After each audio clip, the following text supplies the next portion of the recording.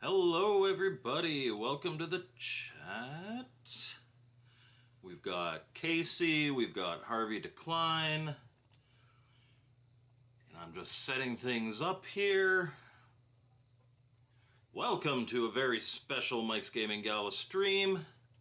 I'm gonna get some housekeeping out of the way first.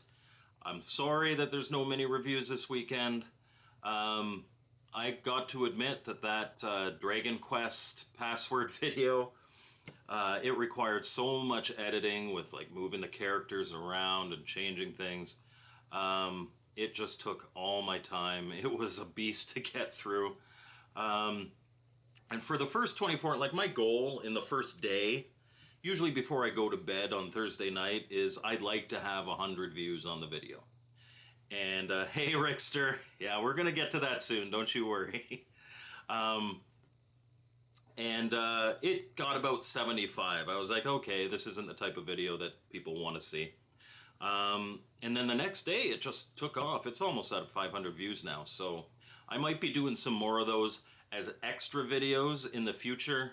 I want to stick to my reviews, but it was taking me so much time, I figured I would make that the main video this past week. So I'll be back to reviews next week, and there'll probably be some more password cracking videos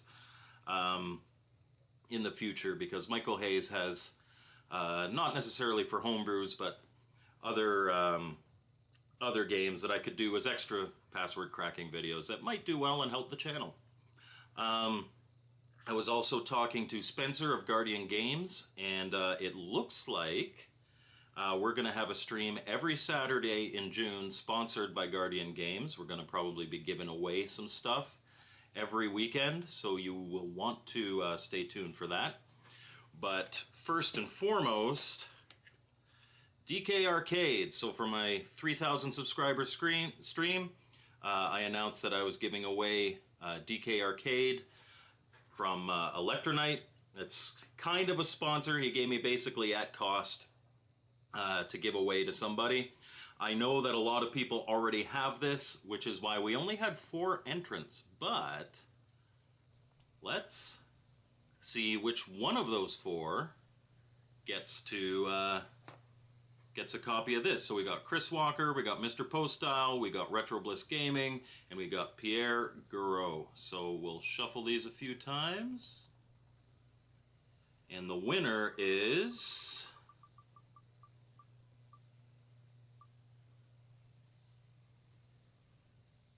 Retro Bliss Gaming.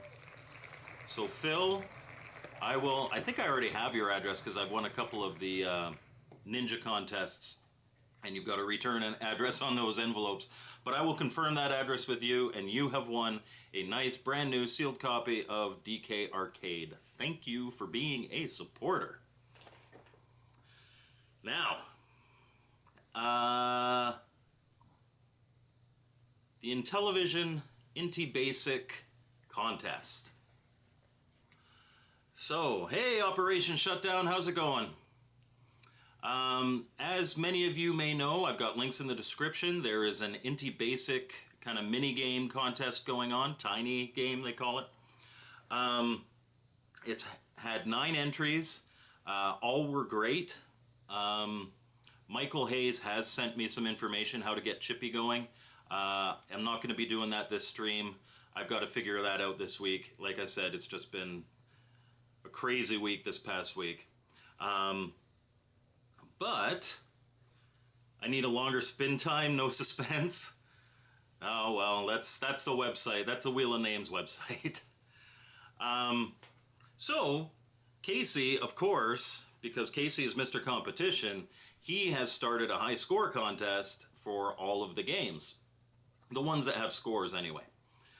So there's no Inty Pie or Pinty, and there's no Chippy in this one. But, hey, Zenbloke, nice to see you. Zenbloke did a, I'm going to say cameo, but really it was a takeover of YouTuber of the Month this month. If you haven't seen that video, go check it out. And of course, check out Zenbloke's channel and check out all the nominees' channels. Loved to see participation in that. We've got one person kind of running away with it right now, but take a look at the channels and make your vote heard. So Casey took my live stream that I did last week on Sunday, where I just kind of played through the different games, and I wasn't trying for high scores or anything, but he used those scores, and of course, being the competitive person that I am, which I don't really like that aspect of me, I was dragged into this, and I had a few of the top scores, which gave me even more incentive, and then when people beat those, I had to go back and try to beat those. So we'll go through the high scores, and I will show you how I got my high score in Sheep It Up. After which, I'm going to ask Casey to remove that score and put back the 14, or I think I got 14 in that original video. But let's go through them all. So the Blob. The Blob is a color-changing game, puzzle game. I love it. I reviewed a game basically identical to it on the Game Boy Color a while back, and it's one of those games where it's a randomly generated board, and once you get to a certain point, you're basically perfect at what colors you choose, and based on the board, you're going to get either, like, you could play a perfect game and get a 22. You have a total of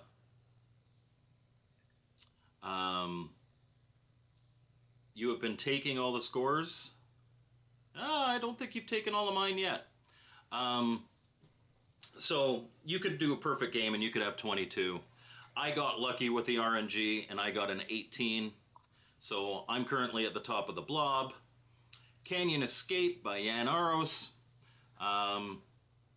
3 people so far, at least, that are submitting their scores, have beaten it. My first time beating it, I think.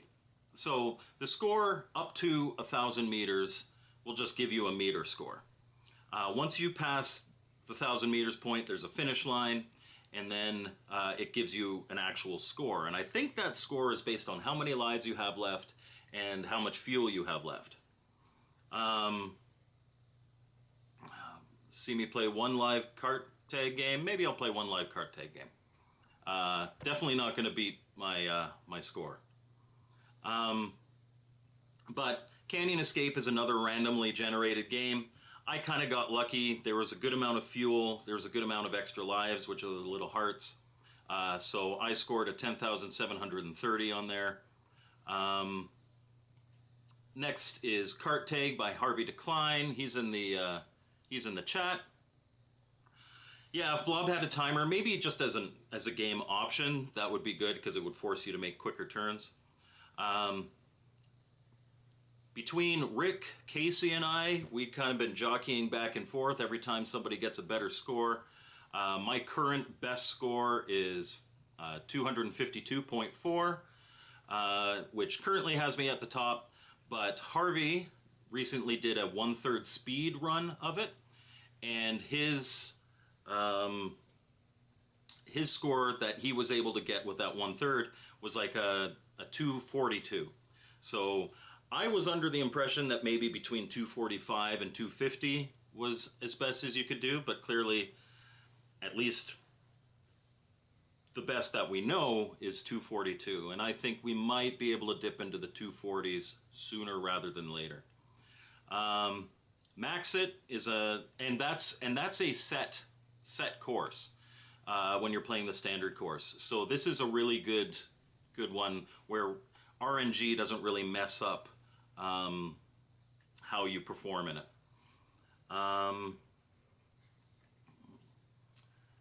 If a guy gets 20 turns in 3 minutes and another gets 19 with 45 minutes, it's not the same. Also be a good tiebreaker. Yeah, if you had an overall timer, that would be good. And Casey says he's going to be beating my kart tag score soon. I don't doubt it.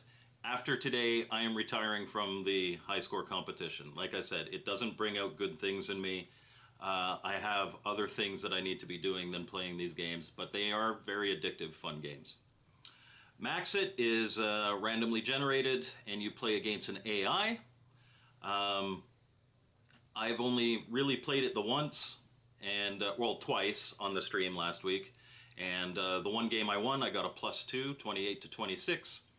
Intellivision Dude beat that. He got a +11. Casey has a +55. He won 30 to -25. That seems very difficult to me. Either he got really good RNG, he's really, really good at the game, or he wasn't playing against the AI, because I can't imagine getting close to that. But I'm assuming that he played against the AI, and a +55 is absolutely amazing, because the AI can screw you up really good. And maybe I've just gotten bad RNG, but I've noticed that all the big numbers tend to be in columns, and you get to choose from the rows, so he gets a 15 and you get a 3, and that kind of sucks. Miss Paku by Brian Pudden. Good game, kind of a buggy game. When I first saw that Rick got a score in the 3000s, I was really, really impressed, because my 1500, I played probably about 5 or 6 times again after that, and I couldn't even crack the 1500, or I'd get right around there. Eventually, I did score a 2022, which I thought was a really good game, but I noticed, especially as you get a higher score, the game kind of bugs out. And I noticed too that when you get the bonus, it says +500 or +1000, but it doesn't add it to your score. If that was the case, I think I got about a +1500 on here, so this would be like a 3522. But I would still be in third place, because Intellivision Gamer scored an excellent 3,818. And Rick, I don't know how he did this, but he got an 8,523. Now, the score in that game counts up to the millions. There is no way anybody's getting that kind of score. At least not in its current state, because those ghosts get really quick. Once you pass that kind of 1,000, 1,200 level. But I have noticed some inconsistencies. So like when you catch a ghost, it turns into the eyes and it goes to the end of the screen. But sometimes it'll pop over to the other side, which it's not supposed to do. And I found the game to be a little unfair from some of its bugs.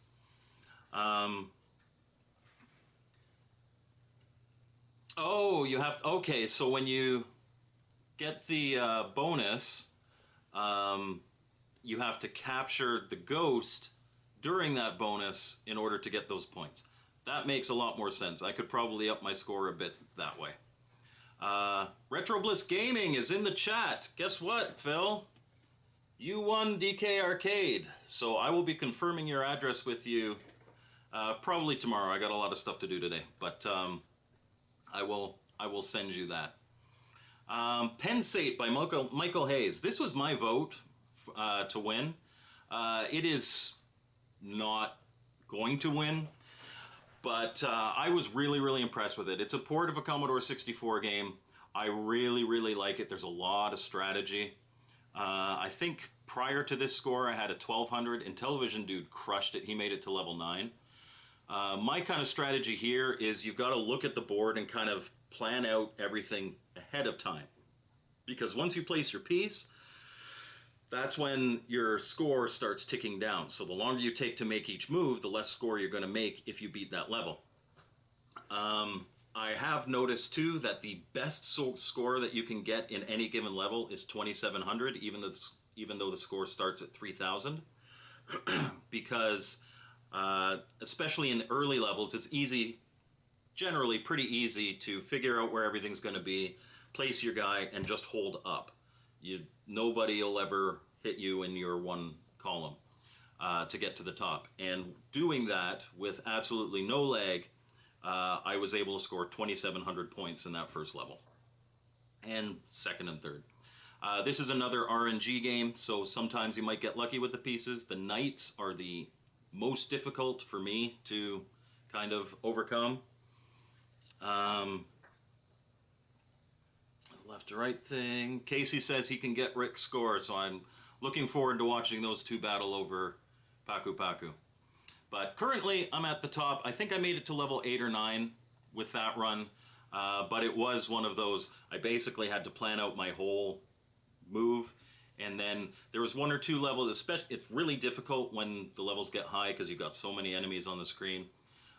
So you might have to do some finagling, but that's how I was able to get 20,135. And then sheep it up.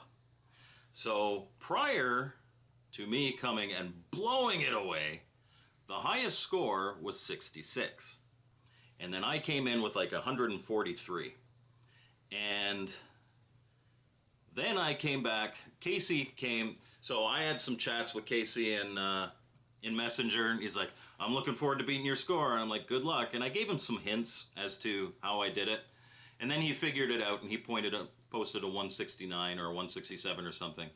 So I had to come back and I had to post a 367. But he removed his because he knows what the trick is, and he knows that after this stream, I'm going to ask that this 367 be removed from the Sheep It Up score. And I have a suggestion for Dr. Ludos, who programmed it. But let's hop into...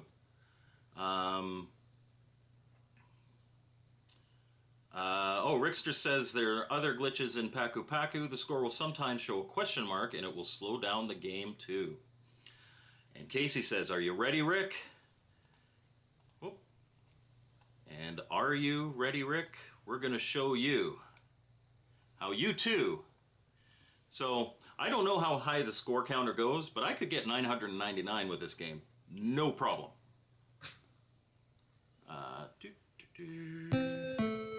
Okay. Let me know if the audio is too loud. So, here you'll see this is the opening screen. And when you jump to the first platform, you don't get a point. The goal is that that score should show you how high you've gotten. But if you jump, whoops, from one platform to another, you get a point. Now you can do that in between two platforms. It doesn't mean that you have to go to a platform higher. It just means that you have to go to another platform. So my strategy was to just make sure I don't hit that top one, because if I hit that top one,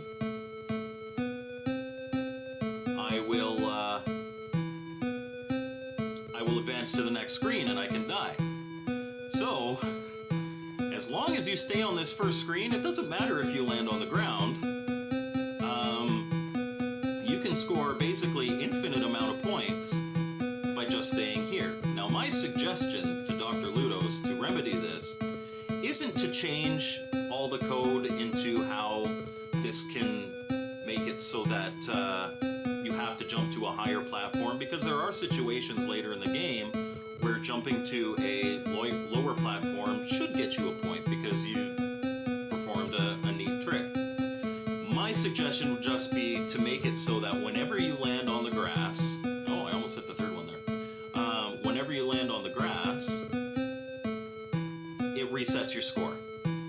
And that way, when you leave this screen, you will always have 2 points. So it'll be fair, but this is a nice little test screen to kind of perfect your technique.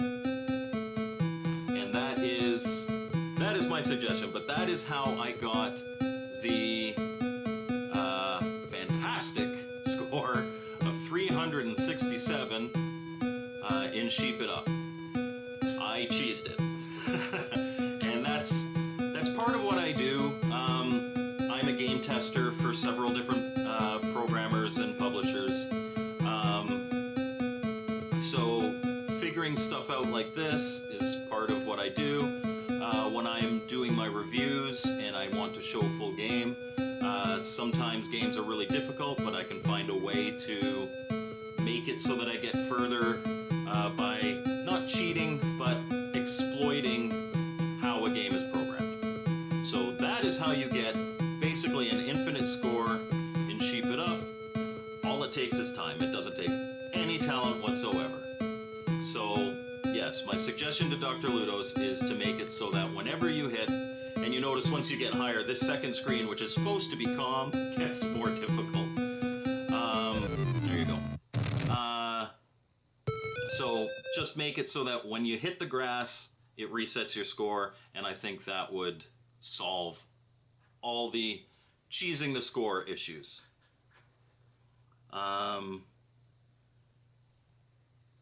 No, so Casey's 163 is not the legit leader. He figured out the trick.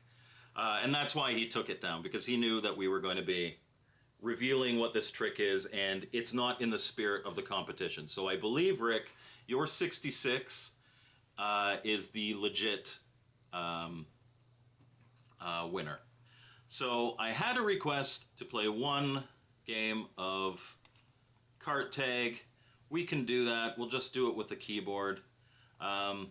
It's not going to be a new record, but it should be pretty good. I am good at this game. Let's bring this over here so I'm looking towards the screen. Yeah, Casey's going to try to beat your 66 tonight. So we'll place 1 for standard. The first level, I find it says simple, but I find it to be the most difficult. So I think my record on is a 46.8. It's hard to do much better than that because just your car moves so slow in this first level. So I actually prefer the later levels.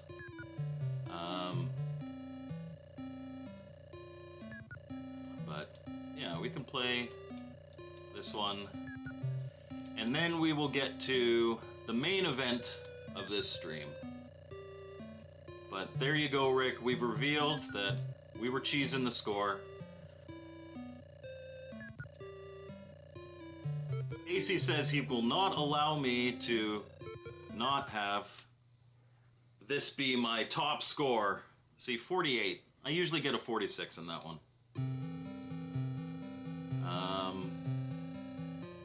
But this is where the game gets better. That first round, I don't like. Your cart is a little too slow. So it gets a lot better here. I usually don't miss any tags. And I think that's one of the reasons that my scores tend to be pretty good, is because, especially later in the game, hitting an obstacle isn't too terrible because you speed up pretty quickly. But, oh man, I'm playing really bad. Missing a tag, you have to wait for the next tag to come, and that takes more time. But we'll see how good we do. We'll probably be in the 250s. Yeah, level 6 gets really fast for sure. We'll see if I can get any 39s. I think 39.8 is the best that I've done on any track. But as Harvey showed, he proved that... Oh, I'm good. I went the wrong way there. I can't talk and chew gum at the same time, right, Phil?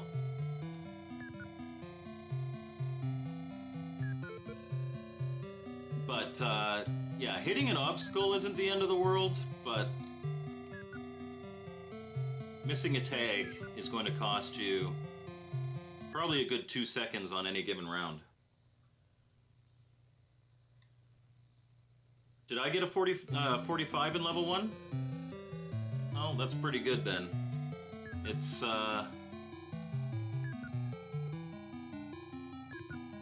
it's the level that I dislike the most. You can't get a super high score. Like, you can't get a 39 in level 1, for instance. There's no way. Your cart just doesn't move fast enough.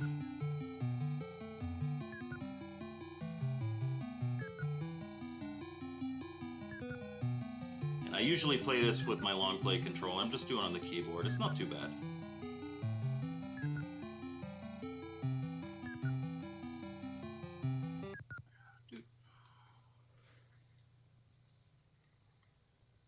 Yeah, I thought I got a 46 point something on the first level, but I could be wrong. Either way, it's not a level where you're getting a really great score.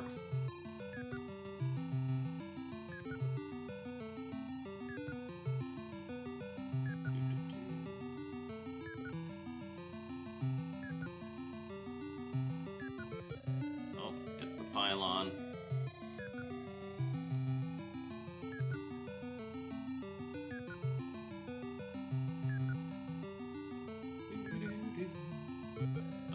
Get over there! Oh, I totally crapped out there. Sorry, Casey, this isn't going to be a first place run. That was bad.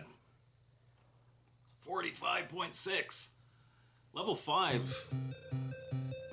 I think my really good run, I got like a 39 something on that one.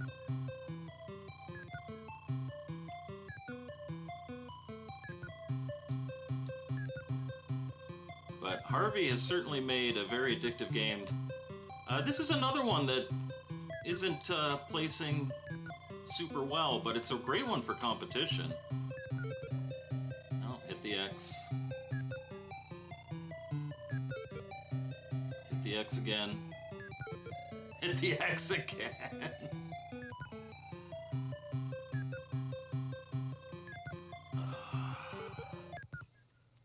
There we go. Yeah, not right. So 264, that's, man, where would that place me in the current list? That would place me 4th. So not a great run, but yeah, 16 obstacles hit. I think my 252 was 4 obstacles hit.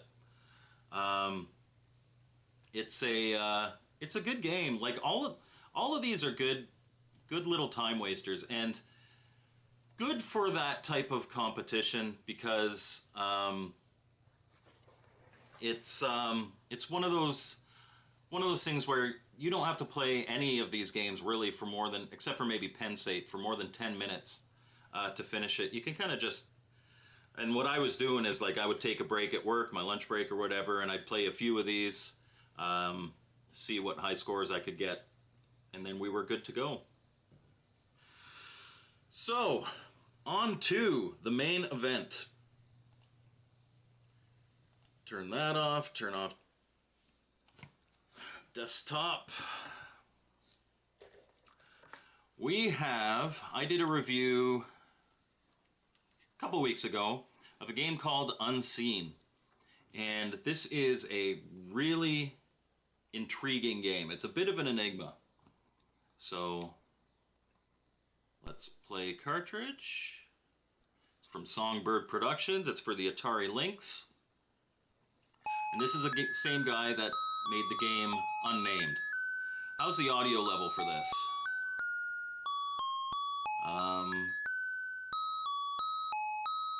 Harvey says he doesn't know what his top time is, but at 1/3 his top time is 242 seconds, which would be a record if it wasn't at 1/3 time. Yeah, Phil rigged the wheel. He's a dirty dog. But if you missed the top of the stream, next month is going to be Guardian Games Month, and we're going to have a giveaway every Saturday. It'll be for people who are live in the chat. So the story begins. I wake up lying in the moss. I do not feel the damp ground, despite the brisk morning air. Leaves on the trees move silently above me. There is complete silence. How did I get here? Where am I, and who am I? This is a very, very different game to Unnamed, but the same kind of premise for how we start. Which means that if this ends that it was a dream, I'm going to be pissed. I do not know the answers to these questions. I stand up concerned. I feel a light breeze blowing. There are trees and shrubs everywhere. Yeah, so my subscribers have it's kind of plateaued now, and it's funny because I'll go up 3 and then I'll go down 2 and then I'll go up 2 and then I'll go down 3. But we seem to have normalized now, so we'll see if there's a 4,000 subscriber special next month. If it is, because it's Guardian Games Month, I'll wait till July to do the 4,000 sub stream. The sun tries to shine in vain through the twisted branches. The leaves are dark green with a hint of bronze, which suggests the autumn is coming. All directions look the same, so we can go east or west. Let's go west. Somebody let me know if the audio is good. It's really hard for me to tell. It takes an hour to break through the undergrowth. The undergrowth thickens and the ground becomes softer. In the distance, I can see the fog. As stop for a moment. Something has moved in the fog. I freeze. A minute has passed. Suddenly, two luminous points appear in the fog. Then two triangular objects emerge. Perhaps it is an animal? A lynx? Or a fox? The luminous points have stood still for a long while. Then they vanish as if they've never been there. So the fog thickens. Turn me up. I can't turn myself up, but I can turn the game audio down a bit.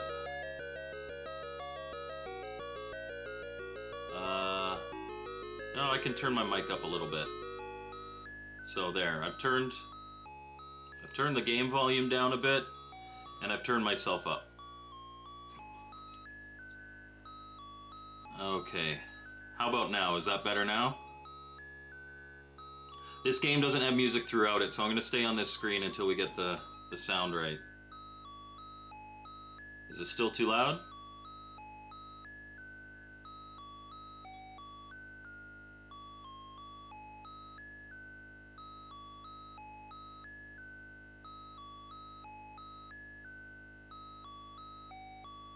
Hey, Michael Hayes! I was just giving praise to your pensate. How's the audio?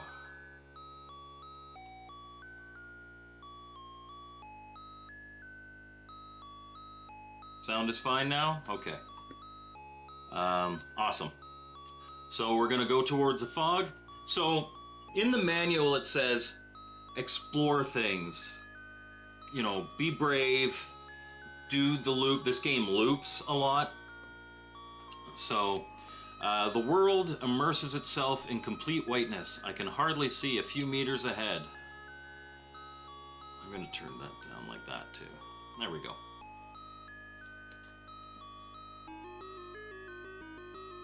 So, fortunately, the ground does not change to swamp. I have entirely lost my way, but we're going to keep going. Oh, I should have taken a rest, because it's, you know, stop and smell the roses kind of thing. Besides losing direction, I lose track of time. I do not know how much longer it will take to break through the dense fog. Again, I see two luminous points ahead. I continue going towards them. For the first time since I arrived here, a change appears in the area. Michael can only stay for about half an hour. My guess is this will probably be a 2-hour stream. So you can come and tune in later, but I'm glad you jumped in here. And yes, please hit the like button. There is a swamp in front of me. Oversized moss stand in the way of the muddy water. The smell of peat in the land is choking. Behind the swamp there is a large object. I begin to look at it with trepidation. The object is frayed on the banks. On the front it has two oblong dark spots. It is not a man. Could it be branches or a bush? Maybe an illusion intensified by the fog. I do not manage to get across the swamp to check it, so I'll shout at it. I shout. Nothing moves or changes. I can only hear a muffled echo. Leaves rustle alarmingly. Next to me, I see a stick on the ground. I'll throw a stick. I pick up a stick and throw it towards the object. The stick disappears in the fog before it reaches the target. I cannot hear it fall. There is no reaction. Afraid of the situation, I start to turn back. I begin to walk along the swamp. Moss sinks underfoot, warning me of a lack of hard ground. The fog becomes thinner. I have walked for some time. I see that the forest changes. It is lighter. The undergrowth in this part of the forest is thinner. I am surprised that I can see it at all. Maybe I have changed in those few hours. Let me see if I can just adjust this a bit so that, oh, not screen capture. We'll put that back. I'm going to adjust this so that we can see all the text. There we go. Hello, sailor, nothing happens here. I can hear a strange murmur in the distance. Hesitantly, I start walking in the direction of the incoming sound. The closer I get to the source of the sound, the louder it becomes. I see the sun breaking through into the forest. Below on the ground, flashing flames dance to the rhythm of monotonous noise. A stream. I'm surprised how an ordinary rustle of water seems unusual now that I feel lost. I feel very thirsty, so let's drink some water. I take a risk and drink water from the stream. Thank you. I like this. And I finally got an Intellivision Collector shirt.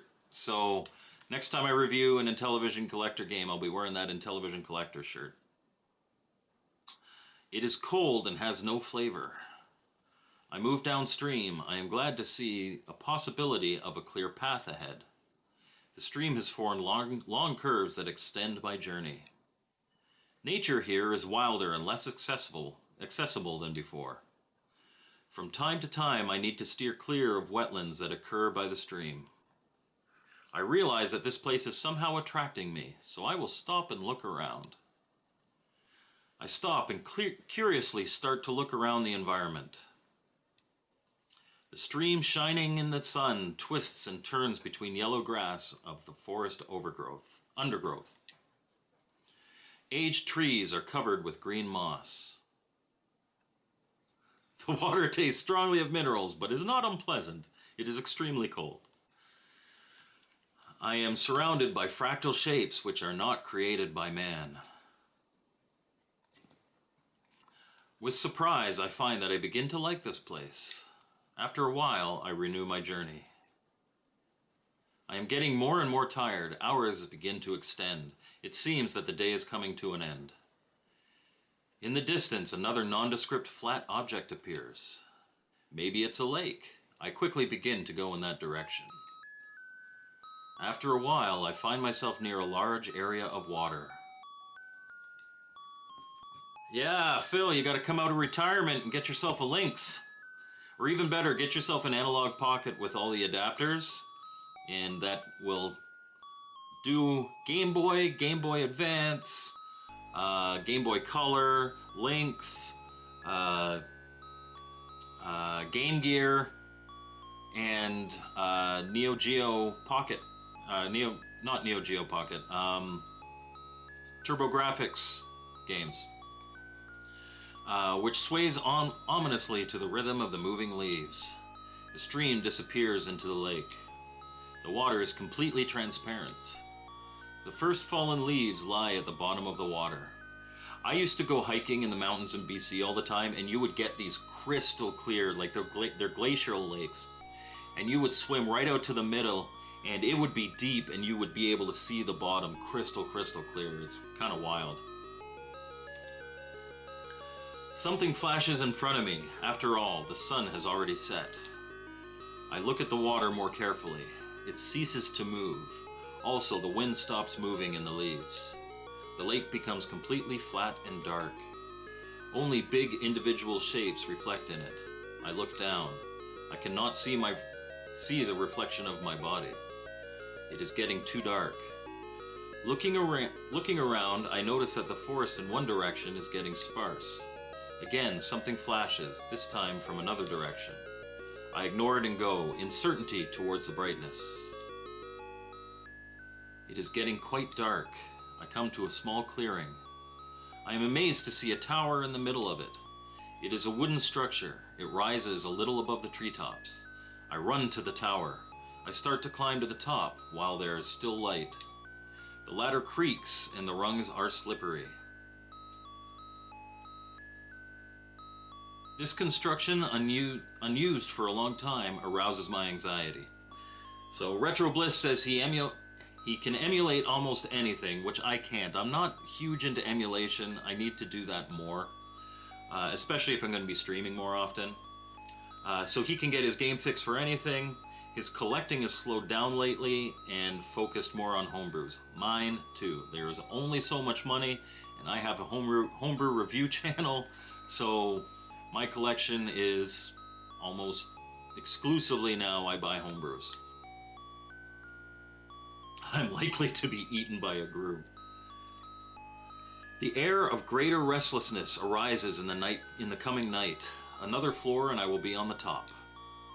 The ladder wobbles in all directions. It lacks 2 rungs. With great effort and fear, I crawl to the top. A cabin on top of the tower is surrounded by a barrier of planks. From above it is shielded from the rain by a small roof. I look outside. It is completely dark. There is nothing to be seen. With terror, I find that I cannot see any lights in the distance. There is total blackness. I fall to the floor with tiredness. Tomorrow, I am going to continue my journey to search for answers. Why do I not remember anything? Who and where am I? I sleep restlessly. You hear that heartbeat? I love when that happens. Play this in a dark room. A humming sound wakes me from my sleep. I'm listening, laying down. The sound is uneven. At times it increases in tempo, yet sometimes decreases. I feel fear. Wait, we gotta do this. Yeah, we can set the mood. Ooh, now it's red. I feel fear. Even if I look down, I will not see anything in the darkness. But we're gonna look. Slowly, I look out from the tower. What I see completely scares me. In the darkness of the night, I can see small, fast-moving, bright objects. They fade and brighten while they move. There are a lot of them, but they are not close to each other. A little further on, at the horizon, I can also see tiny, flickering lights. The earlier phenomena could be explained this way. However, this one I cannot explain. People with flashlights, perhaps. The speed of the objects is too high. They are not man-made. Do I get down or do I go back to sleep? Now, having played this part before, if I go back to sleep, I just wake up. I end up waking up in the morning. But this game encourages us to loop, so let's get down. There is only one option. Go down. Slowly, step by step, I start to descend, tightly gripping the ladder. The completely black night causes me a feeling of moving in emptiness. Each direction looks the same. The upcoming ground and the flashing objects in the distance show the way. I lose confidence. I get to the lights and they say, Michael Hayes says they say, we have been trying to reach you regarding your vehicle's extended warranty. Let's go down further. The second ladder. I'm starting to feel dizzy. Darkness. I do not know what I touch and where I am. I may still be asleep. Maybe I slept all the time. I'm getting incredibly exhausted and discouraged. I feel very heavy and then very light. I realize I am no longer touching the ladder. The noise is increasing beside me. Darkness, emptiness, and the lack of direction. I may be flying or falling. I know nothing. You know nothing, Mr. Bond.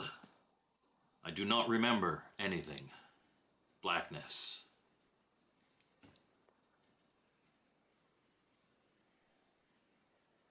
Back to blue. I wake up lying in the moss. I do not feel the damp ground despite the brisk morning air. Leaves on the trees move silently above me. There is complete silence. How did I get here? Where am I? Who am I? I do not know the answers to these questions. I stand up concerned. I feel a light breeze blowing. We have looped. So what we're going to do is, because the game encourages you to loop, is I'm going to walk into basically every dangerous situation. When we get to that platform next time, we'll sleep through the night.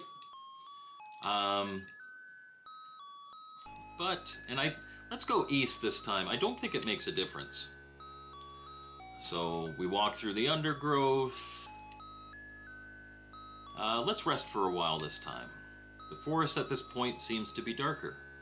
It prevails the unrelenting silence. Since I stopped, not even a light breeze has blown. Even though in the distance I can see the delicate vibration of leaves. The silent forest seems to say that I am the uninvited guest. I look around nervously. In the distance I see a shape of an object which is brighter than its surroundings. Let's examine it. Unsteadily, I approach the object. I look around to see if anyone is watching me. Angry with my irrational behavior, I begin to pull the object quickly from the ground. I see a wooden handle of an old knife that is completely rusted. Not having anything else, I take the knife with me. I've got a knife! You know what? In my gameplay for the review, I never got the knife, so I have a knife now. Awesome. Stabby stabby. I realize that I am not sure of the direction from which I came. I do not recall the forest around me. Is it because of lack of characteristics? There should be some traces of my coming to this place. The forest looks untouched. Even more upset, I go intuitively in my chosen direction. It takes an hour to break through the undergrowth. The undergrowth thickens and the ground becomes softer. I can see in the distance, I can see a fog. I stop for a moment. Something has moved in the fog. I freeze. A minute has passed. We get our 2 luminous points and our 2 triangular objects. Could it be a lynx? An Atari lynx? The luminous points have stood still for a long while. They then vanish as if they had never been there before. I will go towards the fog again. The world immerses itself in complete whiteness. I can hardly see. The ground does not change to swamp, and let's take a rest. I look at the nature that surrounds me. I see incredible detail in the immediate environment. The number of plant species in the marshes is overwhelming. It is as though I see nature for the very first time in my life. Maybe I have never had time to look at it. The fog persists, so I set out on my journey. For the first time since I arrived here, a change appears in the area. There's a swamp, and oversized mosses stand over a large object. I begin to look at it with trepidation.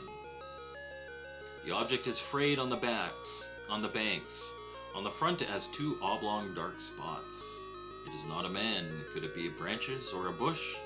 Maybe an illusion intensified by the fog. I will shout out it again. Nothing moves or changes. Well, let's throw a stick again. Can't even hear it fall, and there's no reaction. I turn back. I begin to walk along the swamp. Bush. Yeah, we can talk about bush in the comments. This ain't a PG stream. I do try to keep it family friendly. Fog becomes thinner, and I have walked for a long time. I can see that the forest changes. It is lighter, and the undergrowth in this part of the forest is thinner. I am surprised that I can see it at all. Maybe I have changed in those few hours. I can hear a strange murmur in the distance, and I start walking in the direction of that incoming sound. Retro Bliss says, PG! PG! You're not the boss of me. If you are a member of Retro Bliss's Discord, yesterday he called me out. He said, I didn't know what I was talking about when I told him that he freed this woman and then tried to shoot her in the head. I posted a video in the Discord that disproved that. He tried to shoot her in the head. That's not very PG, Phil. The closer I get to the source of the sound, the louder it becomes. And of course, it's that stream again. Even though I went east, so I don't think it matters if you go east or west, except for maybe to pick up that knife. I'm surprised how the ordinary rustle of water seems unusual now that I feel lost. I'll drink some more water. It is cold and has no flavor, or rather, tastes of minerals but is not unpleasant. I move downstream. I am glad to see a possibility of a clear path ahead. So, from time to time I need to steer clear of the wetlands that occur by the stream. I will stop and look around again. We'll be mellow. The stream shines and the sun twists and turns between yellow grass of the forest undergrowth. Aged trees are covered with green moss. I am surrounded by fractal shapes which are not created by man. This didn't happen earlier. With surprise, I find that I begin to like this place. And then I renew my journey. Right, Casey? Phil's a monster trying to shoot innocent young women. I am getting more and more tired. In the distance, I see a lake. It is ominous. The stream disappears into the lake. The water is completely transparent. I hear the sound of a horrible creature slogging through the wetlands. So if you've watched my review at the end, there are some potentially horrible creatures in this forest. The first fallen leaves lie at the bottom of the water. Something flashes in front of me. After all, the sun has already set. I look at the water more carefully. It ceases to move. Also, the wind stops moving the leaves. The lake becomes completely flat and dark. Only big individual shapes reflect in it. I look down. I can't even see my own reflection, and it's getting too dark. Well, let's head over to the tower again. It's getting quite dark. I'm amazed to see a tower in the middle of it. It is a wooden structure. It rises a little above the treetops. I run to the tower. I start to climb to the top while there is still light. Ladder creaks. But eventually, I get to the top. With great effort and fear, I crawl to the top. It is shielded from the rain. I look outside, and it is completely dark. There is nothing to be seen. With terror, I find that I cannot see any lights in the distance. It is total blackness. I fall to the floor with tiredness. Tomorrow, I am going to continue my journey to search for answers. Why do I not remember anything? Who and where am I? I sleep restlessly. A humming sound wakes me from my sleep. I'm listening, lying down. The sound is uneven. At times it increases in tempo, yet sometimes decreases. I feel fear. Even if I look down, I will not see anything in the darkness. We'll look again, but then we'll go to sleep. Slowly, I look out from the tower. What I see completely scares me. In the darkness of the night, I can see small, fast-moving, bright objects. They fade and brighten while they move. There are a lot of them, but they are not close to each other. A little further on, at the horizon, I can also see tiny, flickering lights. The earlier phenomena could be explained this way. However, this one I cannot explain. People with flashlights, perhaps? No, the speed of the objects is too high. They are not man-made. Alright, I'll go back to sleep. I go back to the starting point. I fall to the floor, close my eyes, and try to sleep. A humming sound does not allow me to concentrate on anything else. I lie down all night. Morning arrives. The humming sounds of the night merge with the sound of the breeze rustling in the trees.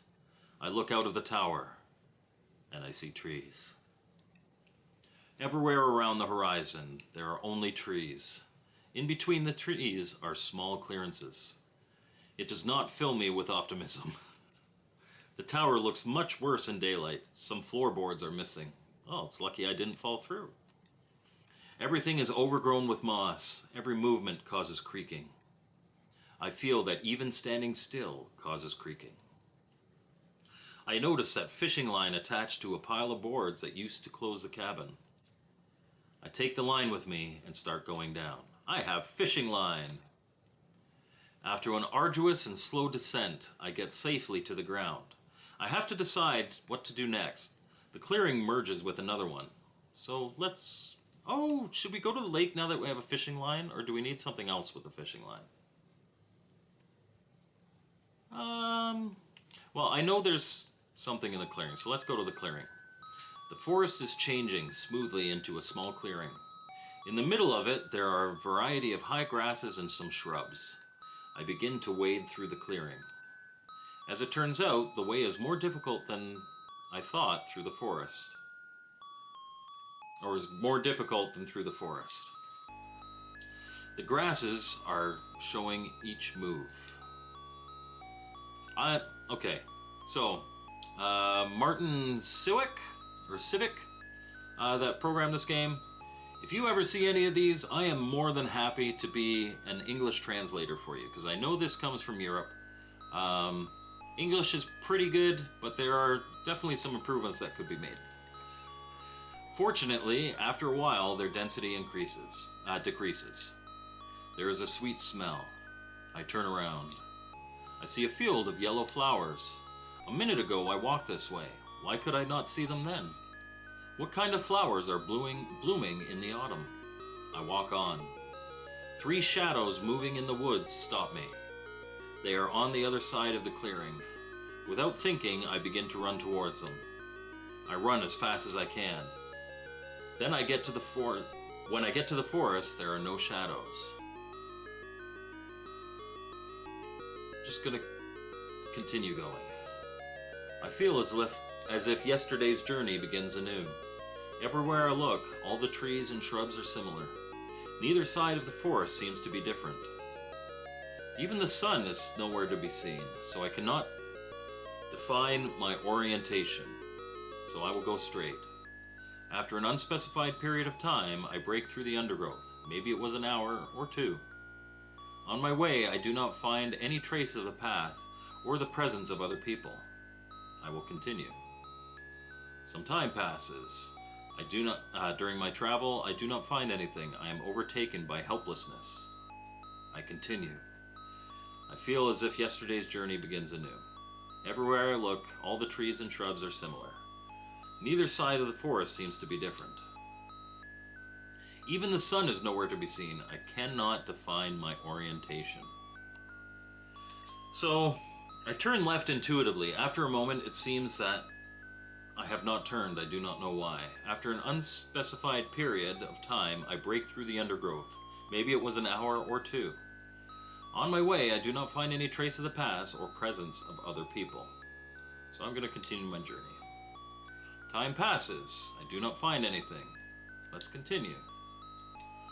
So I think this is a loop where you have to try something different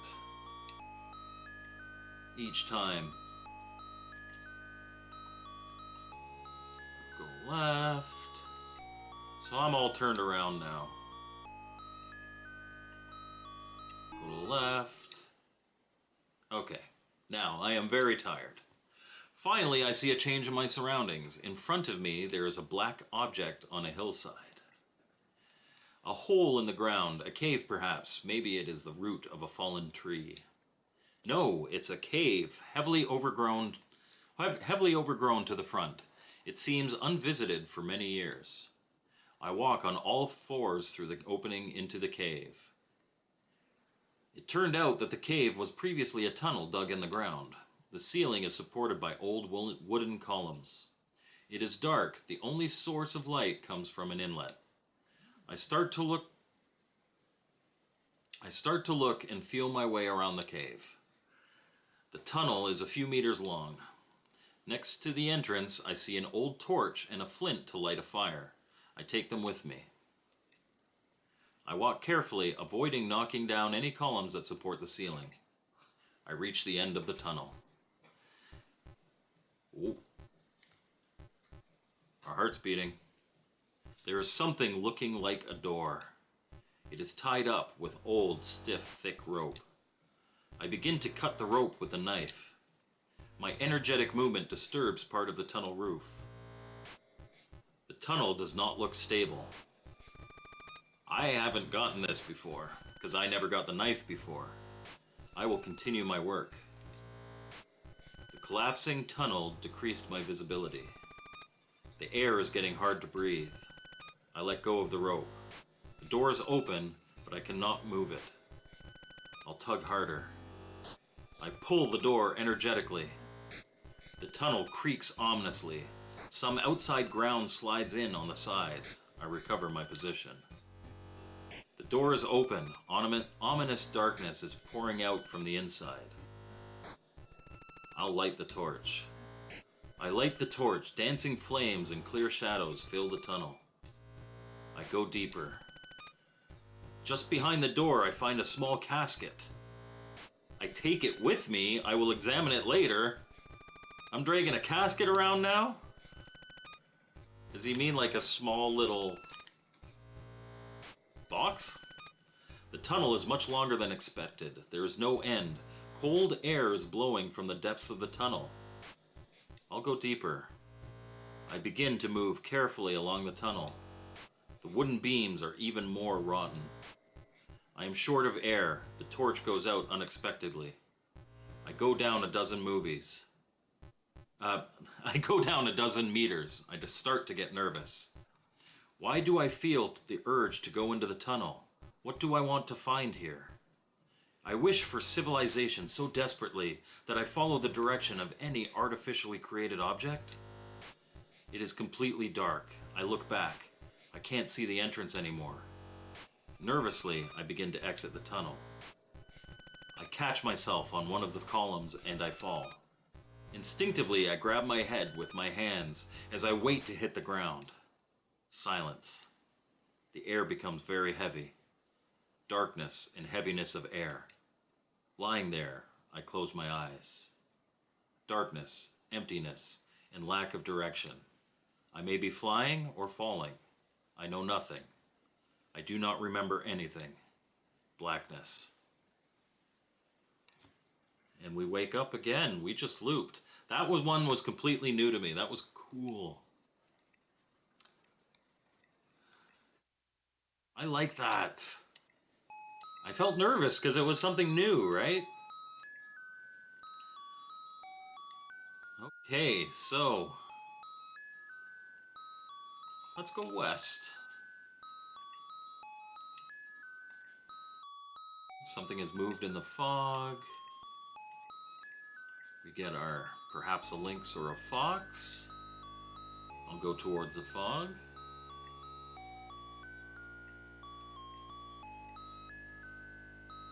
Let's take a rest. We might find a knife.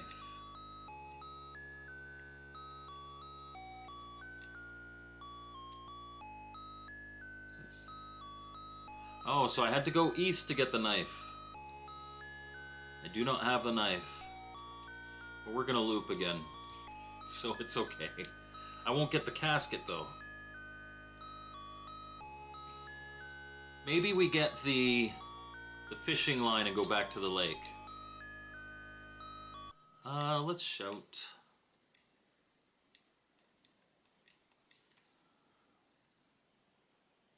But this time we won't throw a stick.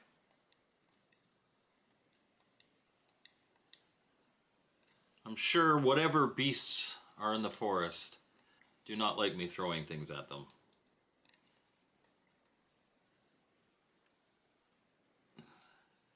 Casey says he has a Lynx, but he hasn't tried it. He only has a handful of games. I remember wanting one as a kid, but I only ever had a Turbo Express. Turbo Express was the primo deal. I didn't even have a Game Boy. My younger brother got a Game Boy much later in its life. I grew up pretty poor. But I do now have both models of Lynx and an almost complete Lynx collection. Like most of my collections, it's almost complete. So we'll drink the water. It's cold and has no flavor. There are a lot of really good games for the Lynx, for sure. You didn't like the Game Boy. What's wrong with you, man? Game Boy had awesome games. But it didn't have color and it was hard to see. I get it. If you had a Turbo Express, of course you didn't like the Game Boy. Spoiled rotten. I'm going to stop and look around.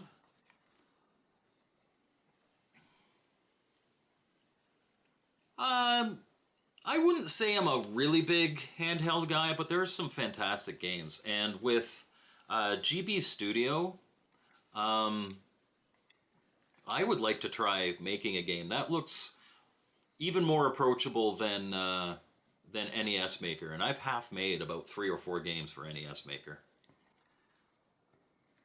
In the distance, another nondescript flat object. So we find our lake. So we're approaching the tower.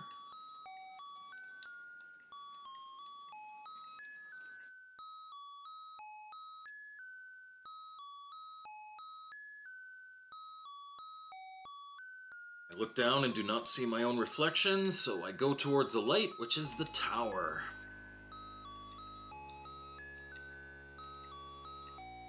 And again, we'll look out, but we'll go back to sleep.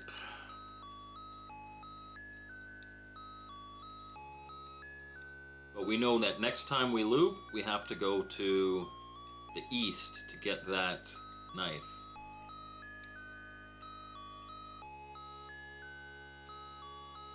It's completely dark, total blackness. Sleep restlessly. Is it getting old yet? Me changing to red when the heartbeat starts? I am listening laying down. Sound is uneven and I feel fear. I look outside. And the lights are dancing again.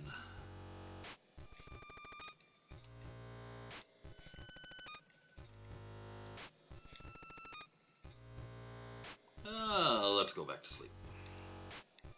Nothing to see here. And morning arrives. Yay. Humming sounds of the night merge with the sound of the breeze rustling in the trees. And I look out and see those trees. But I should find that fishing line again.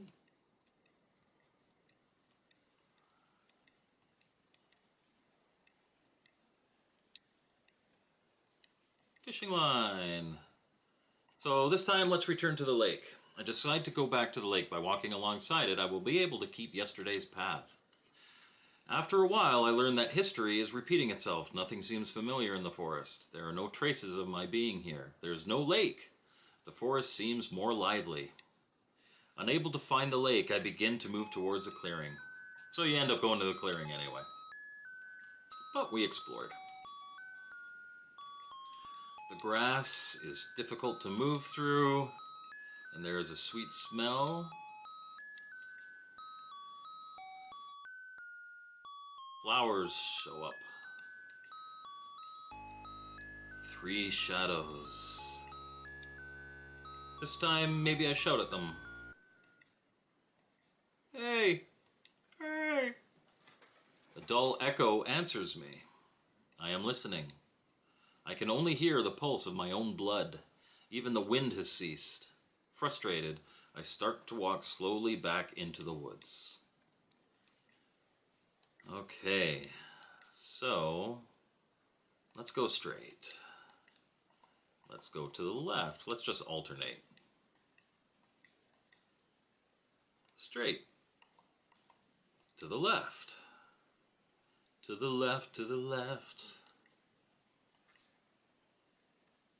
Straight. To the left. Straight.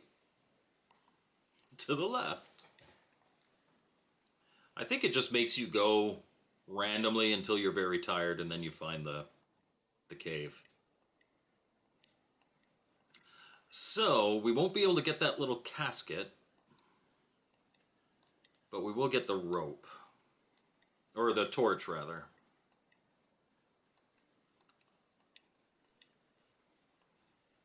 Reach the end of the tunnel. Old stiff thing. I tug at the rope. The tunnel roof collapses. The rope is now too hard to move with my bare hands. I start to withdraw cautiously from the tunnel. Carefully, I begin to leave the tunnel. I have to go through the hole on all fours to find my way outside. I feel the warmer air of the forest. I take a moment to recover. It is getting dark. The only reasonable place to spend the night is in the clearing. I start looking around nervously, deciding which way to go. We'll go to the right, because we pass the duchy on the right-hand side. It is getting dark very quickly. In a few minutes, it will be quite dark. I speed up. I start to run. I trip and fall. I do not know how long I've been lying here. I wake up. I cannot see anything. There is complete darkness. Maybe I did not wake up at all. Maybe I am still lying unconscious. I cannot even see the sky. I watch and listen for a moment. Suddenly I hear a rustling sound, the same that I heard when I was in the tower. I am terrified being on the ground level. I remind myself about the torch. Let's light the torch. The flickering light dances ominously on the trees. The dark outlines of surrounding nature overwhelms me. I can only hear the sound of the fire, nothing else. The other sounds stop. It was a long sleepless night with the oncoming daylight. The sounds and flashes stop. I do not understand it at all. I do not know what it was. Once again, I decide to move on. I walk in a random direction. The forest seems more luxuriant than the previous day. How is this possible? It is the autumn after all. I walk for a long time. Nothing has changed in the surroundings. Suddenly, on the left, a clearing appears very close to me. Clearing in the forest. A moment ago, there was nothing there. How is this possible? I come to the same clearing where I was before. There are no blooming flowers this time. In the middle, an old apple tree is growing. On the left side of the clearing, there are rotten wooden objects sticking up from the ground. Everything is strangely familiar. Here and there, in the grass, there are the foundations and pieces of the walls. I walk into something that used to be the floor inside of the building. Overgrown with grass and full of leaves, it does not look interesting. Something creaks under my foot. I feel I am beginning to sink down. Gently, I go back 2 steps and begin to examine the floor. Under a pile of wet leaves and soil, I find a hatch to the cellar. I dig it out gently and open it. The hatch creaks and almost splits into pieces. From the depths of the hole, total blackness emerges. I will go down. Slowly, I go down into the cellar. The rungs of the old ladder bend under each of my steps. The cellar is deep. The floor is dry and empty. There is not much light inside. I see a door in the wall.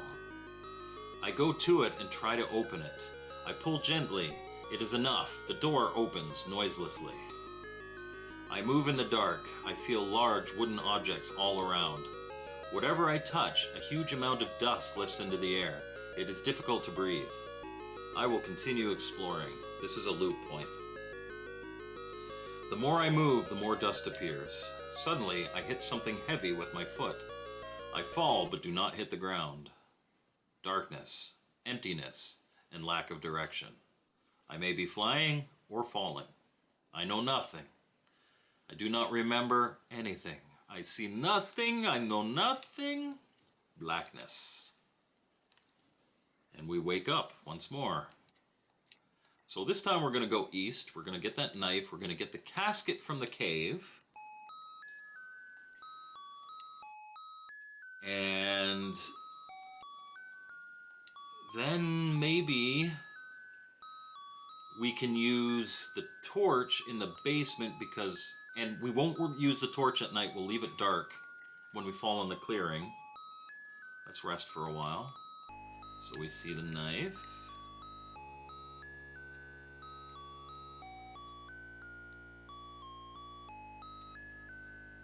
Let's examine it.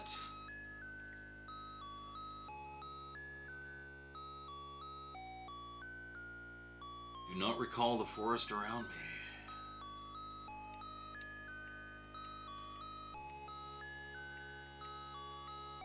In the distance I can see the fog. Perhaps a lynx or a fox. Let's go towards the fog. We'll take a rest. We'll stop and smell the roses. When I bought this, so I bought this at Portland Retro Gaming Expo. Songbird had a booth there, and they had lots of different games. And I got to admit, the packaging of this game made me want to get it. And looking at the back, it had a very moody look to it, like you can see. And he said specifically, because he said this is like a follow-up to Unnamed, and Unnamed is a much more straightforward gaming experience. This one is more of a text adventure.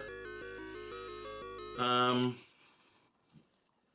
so, you know, this one may not be, everybody's cup of tea, and I can totally get that. Um, but I really, really like this game. I like the mood that it gives me. And yes, the looping maybe gets a little old. It'd be nice if you could streamline. Like once you've looped, you could streamline more back to where you were. Um, but I really like the feeling. Like whenever I come across something new, especially when that heartbeat music comes in, it sets such an incredible mood. They did a really good job on this game. You know, I will agree with them. It is not going to be everyone's cup of tea, but I like this. And if I don't finish it on stream today, I will finish it eventually. Because, like I said, I like it. So we've gotten to the lake.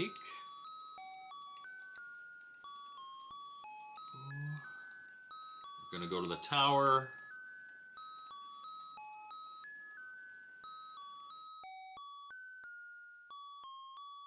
We haven't gotten a game over yet. Maybe we play until we get a game over. Because it's already been an hour and 10.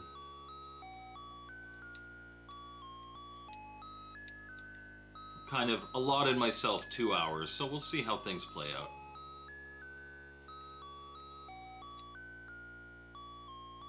Because I also want to shoot the intro for next week's review. For those of you who are not aware, on Tuesdays, I simulcast the Retro Bliss Rewind, which is a podcast that I'm on with Phil of Retro Bliss Gaming and with Brian of BD Retro Mods, and our guest is going to be Michael Thomason, who is pretty big guy in the video gaming industry, let alone, well, the homebrew industry for sure. He runs Good Deal Games and Homebrew Heaven, former Guinness World Record holder for largest video game collection in the world. He is an author. He is a professor of video game history. He's been on documentaries, and he told me when I asked him, he's like, I always say no. You know, people ask me to be on podcasts, and I always say no. But he is, as a personal favor to me, going to be on our podcast, and I appreciate it so much. So you will not want to miss that podcast this Tuesday at 8 p.m. Eastern. You can watch it on my channel. You can watch it on the Retro Bliss Gaming channel. It's going to be a really, really good one. And he is launching a new Dreamcast game, and I will, that will be my review for next week, and we'll talk about it on the podcast as well. Yeah, Michael Thomason is a really cool guy. Him and his family are very good friends of mine. I see him several times a year. He lives about 2 hours away from me, 2-hour drive. He was up here on Thursday. I had dinner with him and William Muller and Scott Nuds. So that was really nice to kind of get together before William goes back to Thailand. But it's always nice to see him. One of my coolest vacations ever, I went with him. We went to Easter Island together. So that was really cool.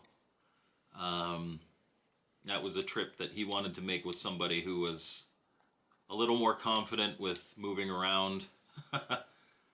Oh, I see a stick this time. I'll take the stick. To build a bow. I have a bow now. Because I had the knife, I found a stick and I could whittle it into a bow. And an arrow. I can shoot something now. At some point you find a person. Maybe I can shoot that person. Suddenly I hear a murmur in front of me. Do I point the bow or do I wait? Let's point the bow. An object appears a few dozen meters in front of me. A man! A silhouette of a man. I stand speechless. Hey, hey, hey! I see that he raises his hands in a characteristic way, just as I did a moment ago. He is pointing his bow. Oh, crap. I fall to the ground, dropping my bow. I stay there for a while. I look again towards the man. There is no one there. Oh, I shouldn't have pointed the bow at him.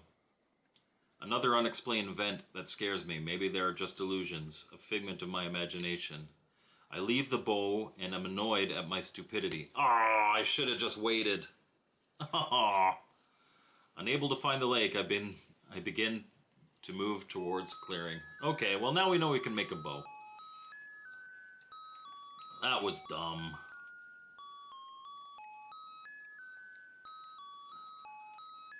But this game kind of feels like Groundhog Day, the game.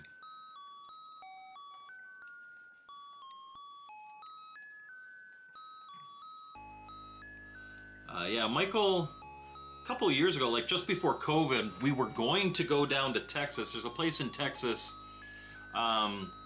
where you can basically like rent a tank and drive it over a car and fire the cannon and stuff. We were going to go and do that, and then COVID hit, and we never ended up doing it. It's too bad. You can do pretty much anything in Texas. That's awesome.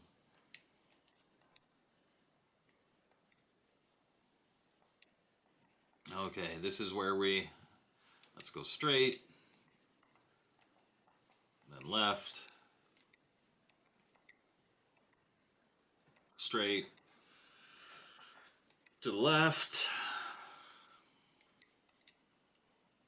straight, to the left, straight, to the left. And now we find the clearing with the cave. But I'll be able to get that little casket. I think, in my head, if I open the door, I get the casket, but then I leave, and I don't use the torch that night, I might be able to use it in the cellar of that abandoned building. Okay, we will continue doing that.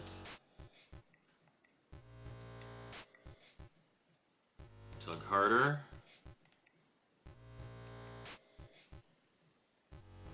I don't want to waste the torch.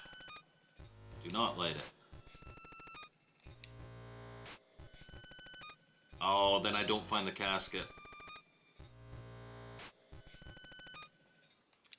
Let's withdraw and see what happens when we don't light the torch in the field.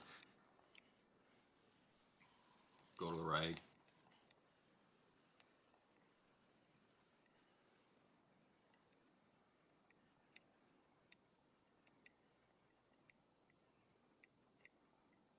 Okay, do not light it. Is this a loop point? I decide not to reveal my presence.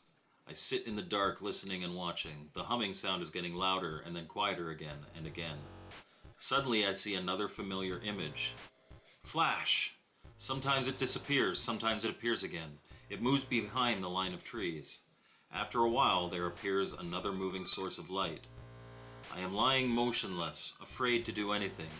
It is lasting a long time. The noise and the flashes do not stop. Let's wait. It was a long, sleepless night with the oncoming daylight. So if I close my eyes there, maybe that was a looping point too. Okay. So let's see if I can use that torch in the. So there's the no blooming flowers, but the apple tree and the rotten wood.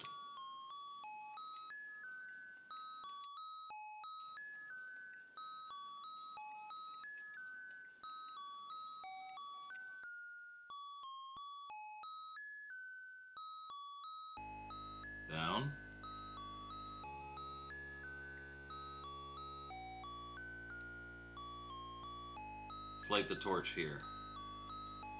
Suddenly a lot of objects emerge from the darkness. Big barrels and empty shelves. Their shadows are dancing ominously in the torchlight. The walls are full of damp patches that were set in the past. There is a lot of dust everywhere. No one has been here for many years.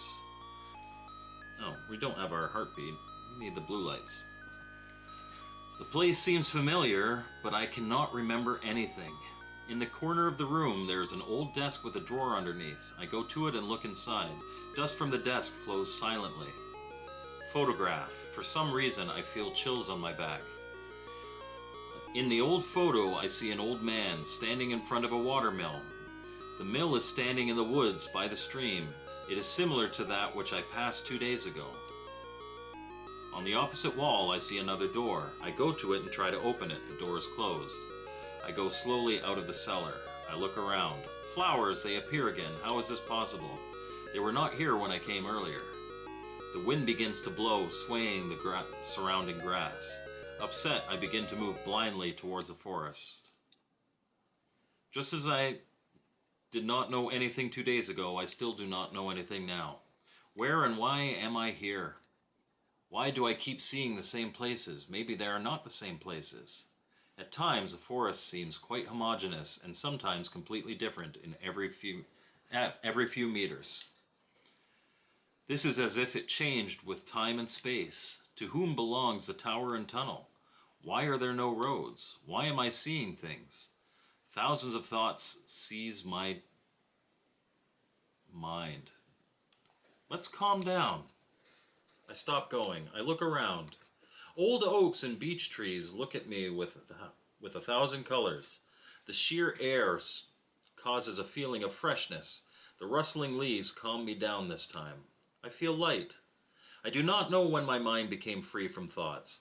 I begin slowly to glide towards the forest. Out of nowhere, they appear in front of me. A lake and a stream. I feel high humidity in the air. The water is still smooth like a tabletop. Unsteadily, I approach the lake. Close to me, by the water, I see a human silhouette. Stooped, he is collecting something by the water. I keep quiet. I walk closer, keeping an eye on that human. This time, the person has not disappeared. I find myself a few meters behind him. This is a stooped old woman. She is gathering ripe red cranberries by the marshy shore of the lake. I speak. Excuse me. No reaction. Excuse me, could you help me? The old woman speaks in a hoarse voice. The forest, this autumn, is extremely anxious. It is true. The leaves rustle in the trees, the old woman continues.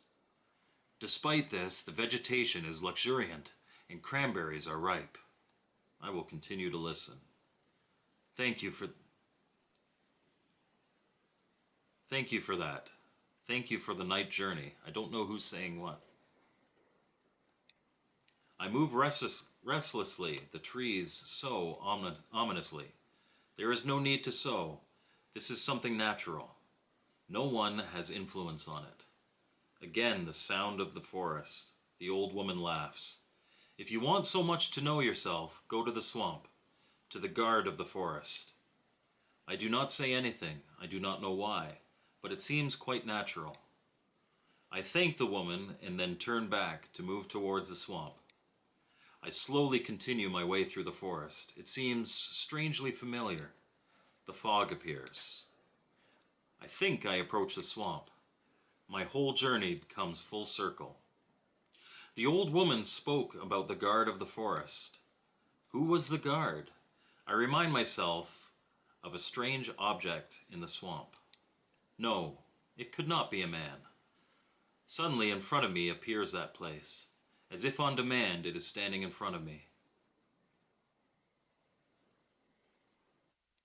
Okay, so this is where I got my game over last time. But I've collected so much more. On the other side should be the object shrouded in the thick mist. I didn't get the little casket. So if I wait, I believe this is a loop point. If I go through the swamp, this is a game over. But is it a game over that is going to be the bad one again? Or have I seen enough?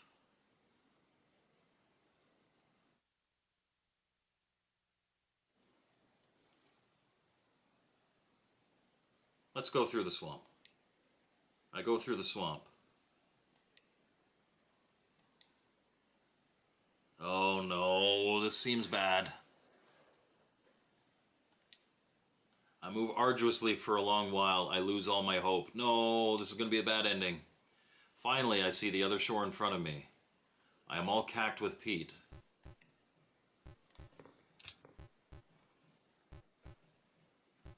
Because last time I got all, like, mad and upset and I lost.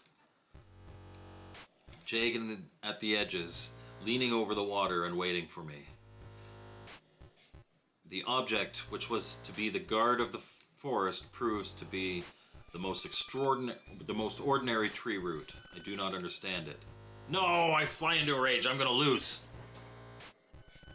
I start to scream and run around. A mighty wind starts to blow. I was a fool. Who or what am I looking for here? I should have waited. The wind was blowing harder. My frenzy does not give up. Suddenly, luminous points and triangles surround me from all directions. These are the heads of unknown creatures. They have glowing eyes and triangular ears. They stare at me, their eyes pierce me. My frenzy turns into terror. More creatures are coming. I start to scream again. I scream aloud because of terror and frustration. The wind does not give up. I kneel down. I hear a voice in my head. No! You have not found peace. You have not seen anything. You cannot stay here. Blowing. I hear a mighty whistle. I feel as though I disappear. No! I was impatient. I should have looped. I need to get that little casket.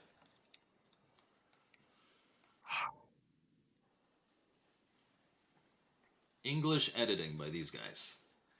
Mosses is not a word. Just saying. Okay, we're going to try this one more time.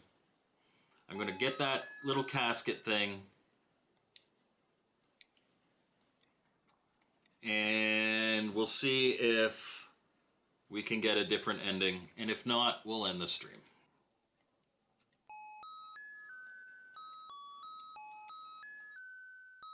Yeah, we go east.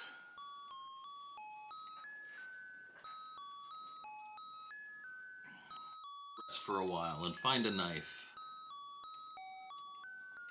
But each time you go through it, you kind of figure out new things. And I'm not going to point the bow and arrow at the dude this time. Because then I immediately lost the bow and arrow. Should have let me shoot him. Game over. It turns out you shot yourself.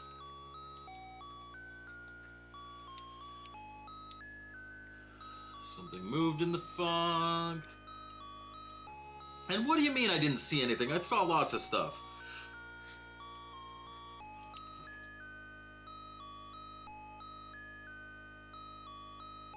Take a rest. See? It's all this talk here in a text game about how I'm seeing things. So just because I tried to cross that swamp, gonna be a jerk? My guess is, like, it should have given me the option to, like, turn around. It's like, okay, no, we're not gonna cross the swamp this time.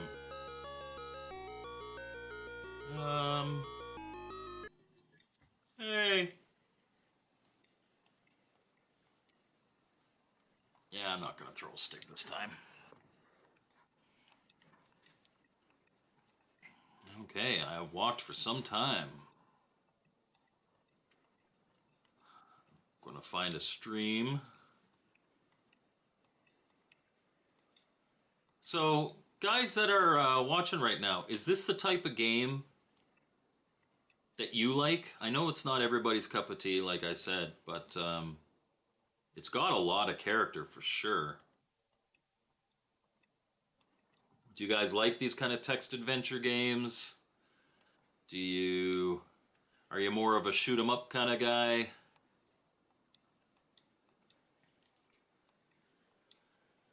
I completely understand, by the way, that this might not be the best stream game, but I wanted to play it, so thank you for hanging out with me.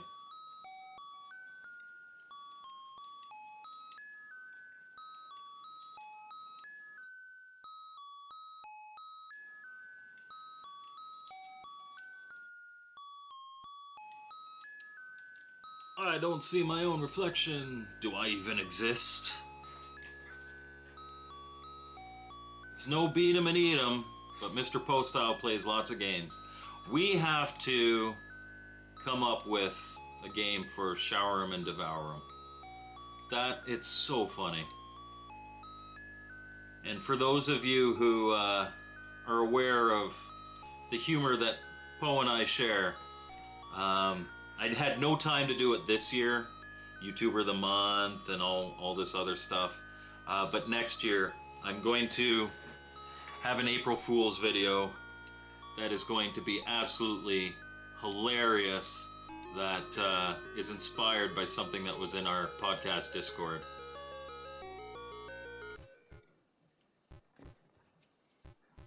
I'm committed to the bit.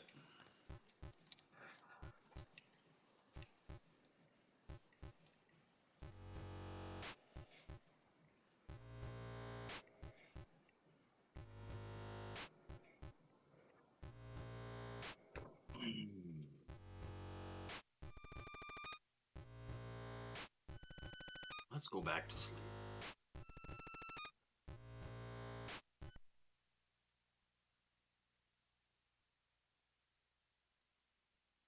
Trees and some fishing line. In a tower that should be condemned.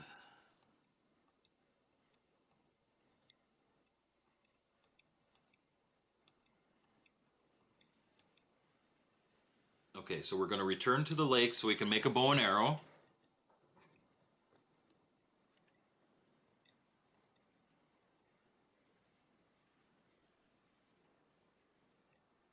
So I'll take the stick.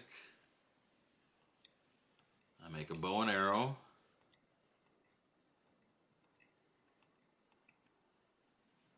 I will not point the bow at the dude. Okay, so I still have my bow and arrow. There was no encounter with the dude this time, but I still have my bow and arrow. So we're going to go into the cave. This time we're going to get that little casket. The box.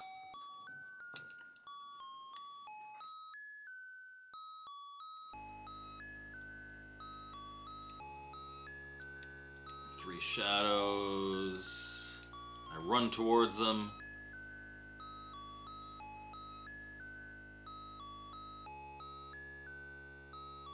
And we'll just continue going. Oh, and this is where you have to go, like, continue going straight. Go to the left. Go straight. Go to the left.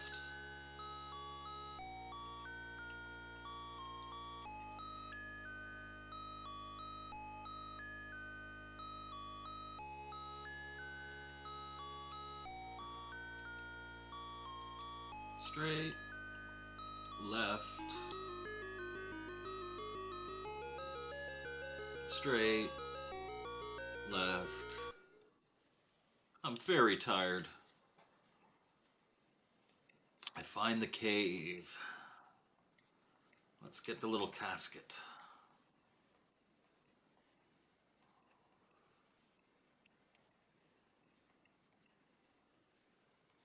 I get the flint and the torch, which apparently I can only use once.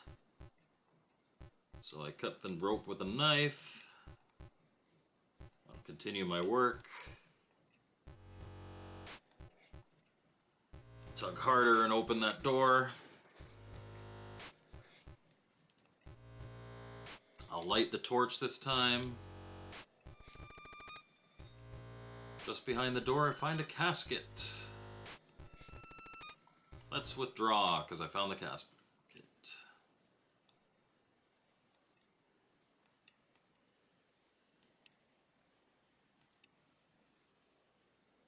Inside the casket, I find an old piece of paper wrapped in plastic. It looks like a letter. The blurred text is not readable. A photograph slid from the letter. Take a look at it. I am overwhelmed with nostalgia and sadness. The photo oddly seems familiar. On the photo, I see a little cottage standing in a forest clearing. Beside the cottage grows an old apple tree. The clearing is similar to that which I passed earlier, so that's where the ruins were. I decide to go back there as far as it is still possible. It's getting dark. The only reasonable place to spend the night is in the clearing. I'll go to the right. It's getting dark very quickly. In a few minutes it will be dark. I speed up, start to run, trip and fall. I do not know how long I've been laying here. I wake up. There's complete darkness. I decide not to reveal my presence. I sit in the dark listening and watching. So I don't have the torch anymore because I used it once. I couldn't just light it and then put it out and then, like a flint, you can use over and over again. The humming sound is getting louder and then quieter again. And then suddenly I see another familiar image. Flash!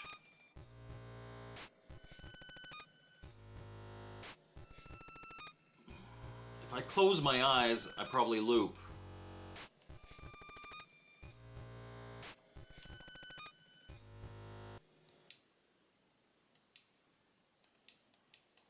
Let's go to that clearing where the cottage was. Okay, so we see the apple tree. Something is strange. Oh yeah, I just saw the apple tree absorbs my attention, old inclinations, but still the green tree arouses my positive feelings. Somehow I feel I know the apple tree. I walk over to it. So this is different because we open the casket. In the trunk, I see a little hollow. Instinctively, I put my hand inside, as you do. I touch a metal object. I pull it out. It is a big rusty key. I head to the ruins of the cottage. Here and there, the grass. Here and there, in the grass, there are the foundations and pieces of walls. Okay. Find the hatch to the cellar.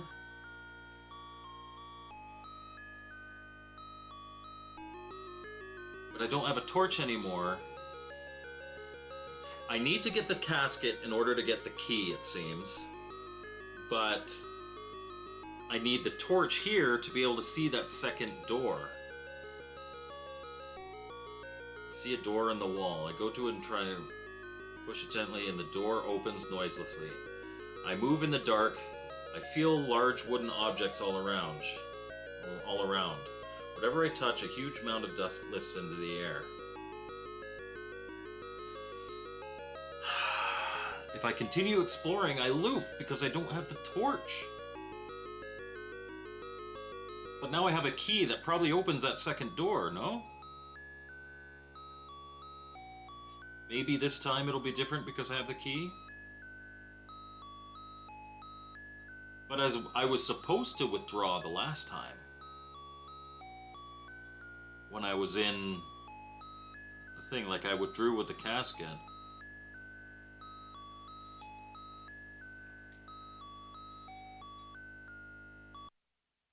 Yeah, I loop. Okay, well, let's loop.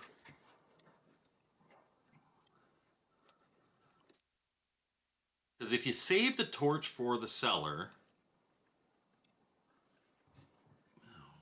What am I doing here?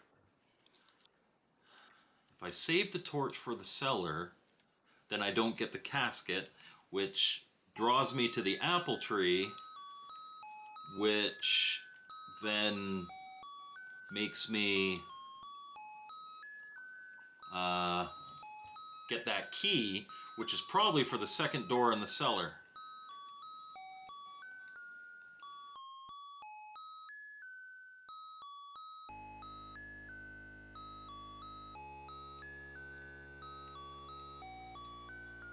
Any ideas, folks? Yeah, so Retro Bliss says he's not good at these type of games because he doesn't have the patience. And I get that. At the same time, it's an experience, right? You have to be drawn to the game. It's like watching a long movie. And if it's crap, then, you know, you're not going to be into it at all. But this is far from crap. I really like this game. But it's also frustrating, as a lot of good games are.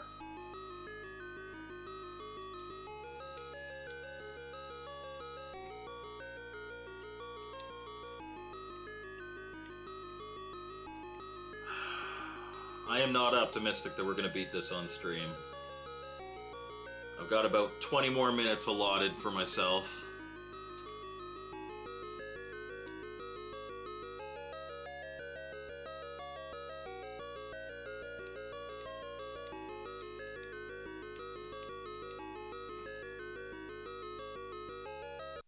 Let's turn back this time.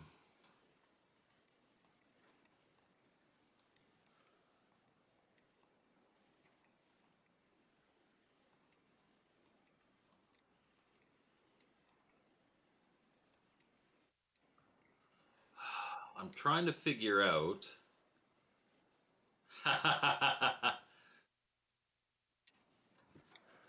Casey showed his wife beat him and eat him.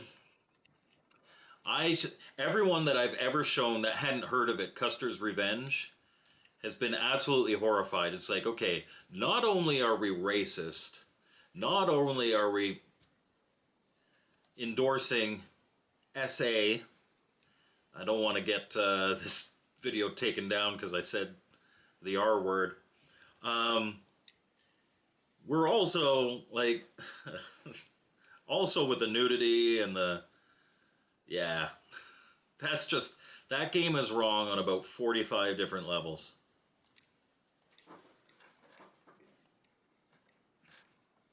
It's funny though, it's a funny piece of history. Not if you're the type that gets easily offended, that's for sure. Because there is a lot of offensive things in that game. Water is completely transparent.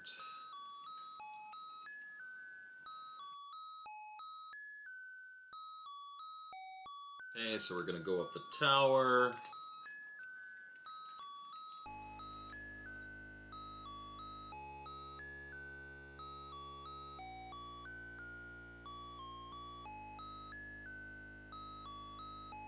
So, Phil, are these type of games the reason that you like don't have patience for them? Do you just not get into them, or you get frustrated by them,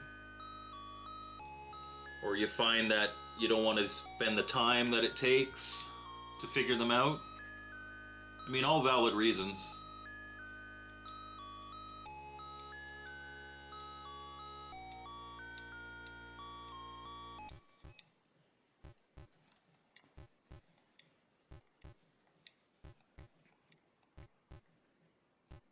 Let's look outside. Oh.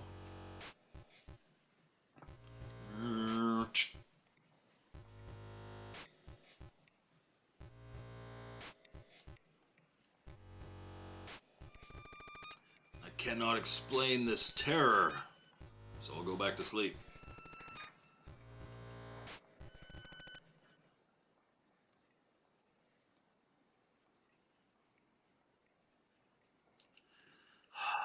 Is there any way to get that key without having the casket? Is the question. Because I can only get that casket if I use the torch. We tried that. It didn't work.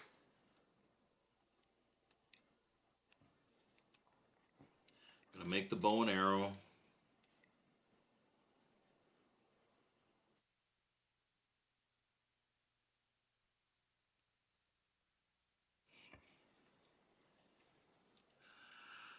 Casey says that my thumbnail for, I believe, the unseen one looked like my orgasm face. And he said, how the hell do you know? I assure you, Casey, I promise you I have never met your wife.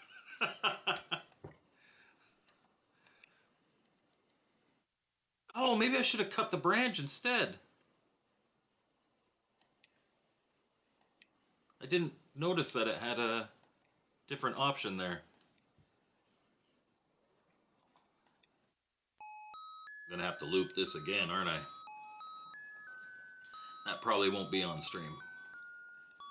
I might play this tonight.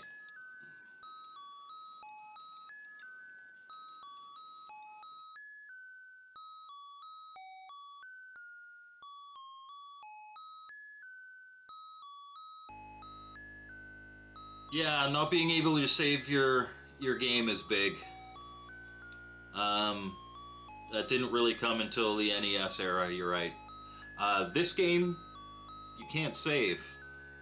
But I can put my Pocket into sleep mode, which is good.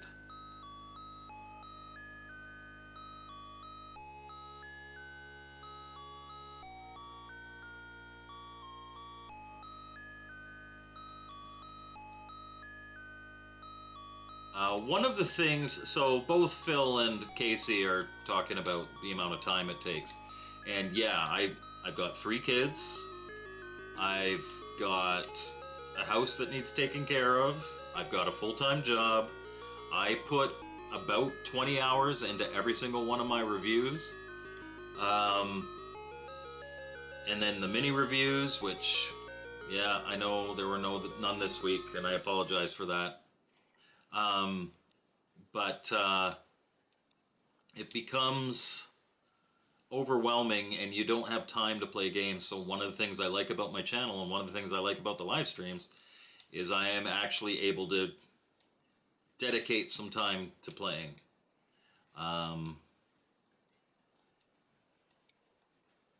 So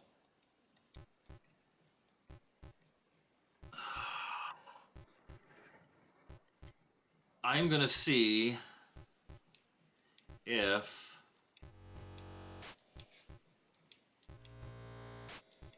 I can somehow get that casket without using... So I'm gonna go one step deeper.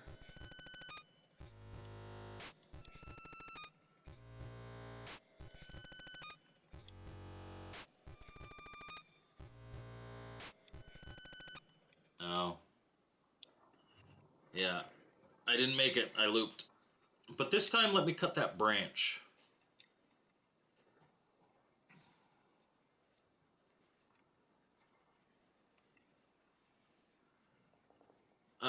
I don't... So, Sunday, Monday, Tuesday, and Wednesday, I usually go to bed between 5 and 6 a.m. and I wake up at about 9. Thankfully, I work from home. I don't have a commute. So, yeah, those nights I'm getting between 3 and 4 hours sleep. So, usually I'm pretty fried by Thursday, but I like doing it. Mr. Bassman, we're just kind of coming to a close. But, yeah, we got another little loop. How's it going? Mr. Bassman is a regular in the Retro Bliss Gaming chat. As am I, weekdays, usually around 11, between 11 and 12.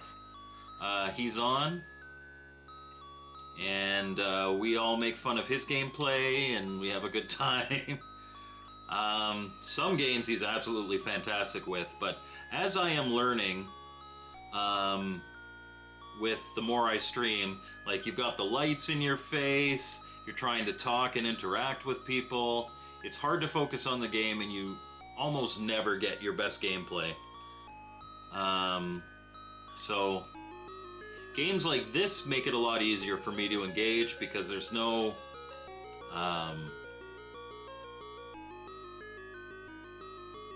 like Twitch reactions that you have to make or anything like that.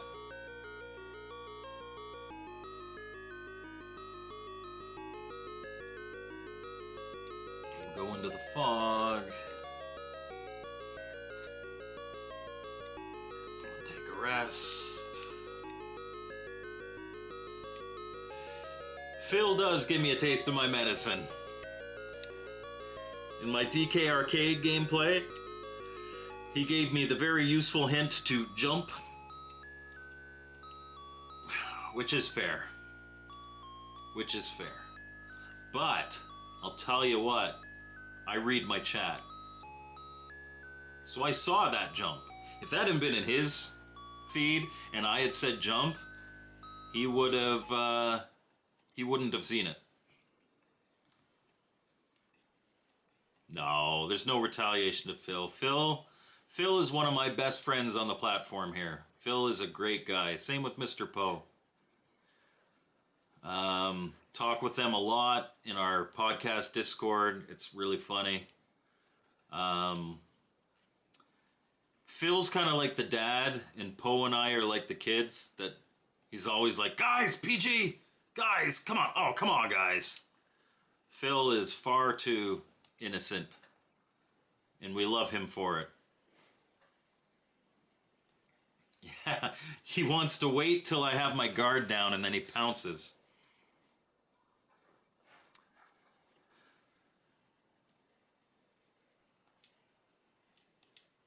He can pounce. I can take it. And I totally deserve it. Which is fine. Oh, we're not... I have been slacking on my light changes, guys. I apologize.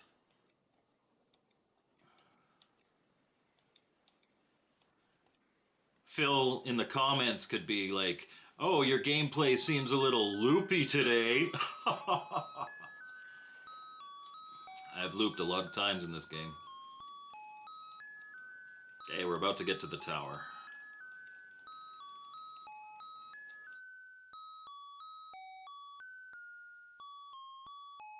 Disappointed that I couldn't shoot that old lady that was talking to me with my bow and arrow. That would have been good.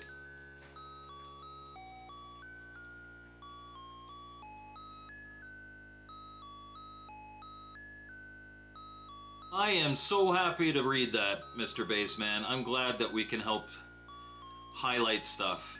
You know, I was talking to a friend the other day, and he's like, you know, if you covered regular old games, like retro games as opposed to homebrews, you'd probably have 10,000 subscribers by now. It's a much bigger market. You'd have a lot more views. And I was like, yeah, but kind of the reason for my channel is that homebrew review channels don't exist that are like dedicated to that. And I want people to realize that there's more than just, oh, Space Invaders was great, Yar's Revenge was great, Super Mario Brothers was great. Like, there are 1.5 million channels that do that, and they do really well, but, you know, somebody needs to be the hero for the little guy, so I try to be the hero for the little guy.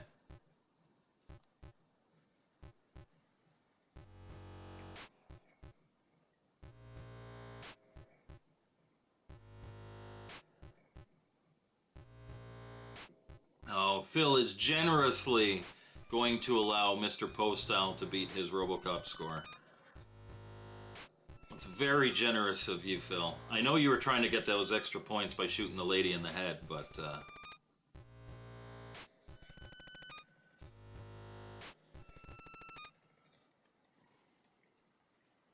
Okay, so we're going to go back to the lake, and we're going to see what it said about cutting a branch. I like Porkies. I like Porkies. This ain't a PG stream. We're PG-13 here.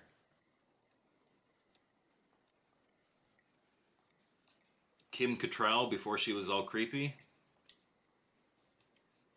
Sounds good to me. I meant to do that. And then you were like, I didn't try to shoot her in the head. You don't know what you're talking about. So I did the nice slow-mo zoom in your Discord. If you're not a member of the Retro Bliss Gaming Discord, you'll have to go to that to see that little video that I put together of him trying to shoot a woman in the head, then calling me out that I didn't know what I was talking about, and then zooming in to him trying to shoot that poor woman in the head.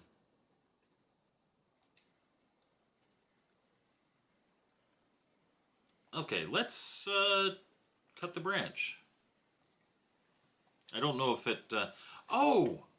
It calms my nerves. Nice.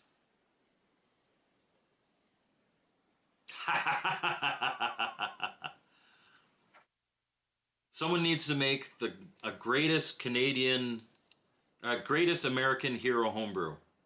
Except for I am the greatest Canadian hero. MGG Canadian hero.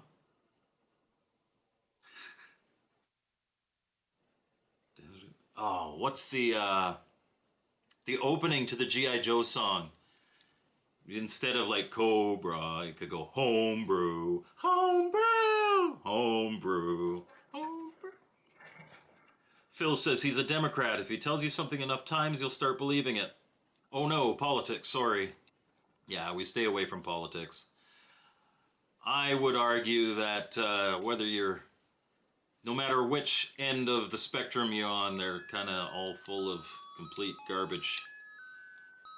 So it's just, which flavor of garbage do you prefer? I used to follow, when I was working in news, I used to follow that, both Canadian and American politics, religiously. I got to meet, well, Canadian politicians because they'd come in for interviews and stuff. And you want my honest opinion?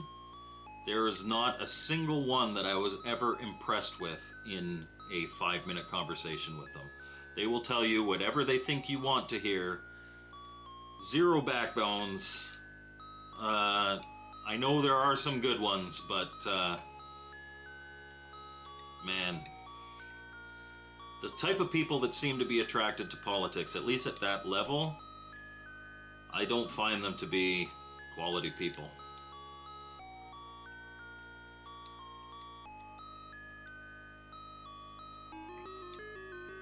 Mr. Baseman is a member of the Whig Party.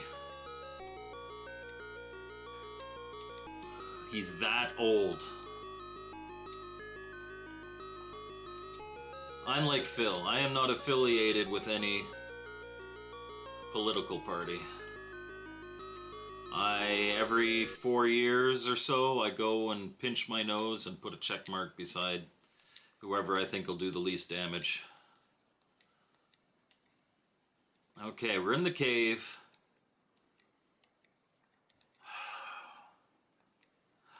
I'm not... So, I've got the flint and torch. There's a door that I can cut the rope and open. But if I don't get the casket, then I don't see the picture that draws me to the...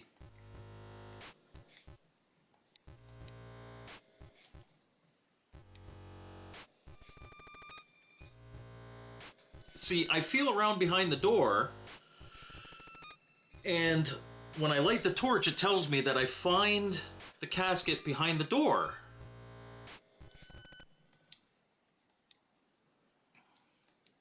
So why didn't I find the casket? This time I'm going to go to the left. I wonder if that makes any difference at all.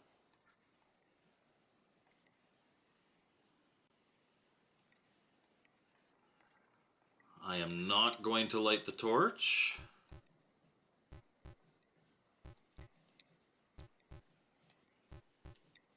And I'm going to wait because I know that gets me through the night. I'm not going to close my eyes. But I haven't seen the thing that draws me to the apple tree.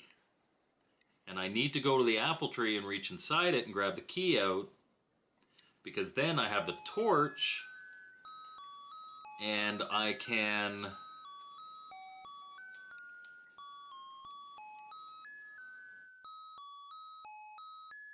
Oh! Okay, so the apple tree absorbs my... I do get the key. Okay, awesome. Awesome sauce. So now when I go in the basement, I can light the torch and see stuff, and then there's that second door that hopefully I can go into.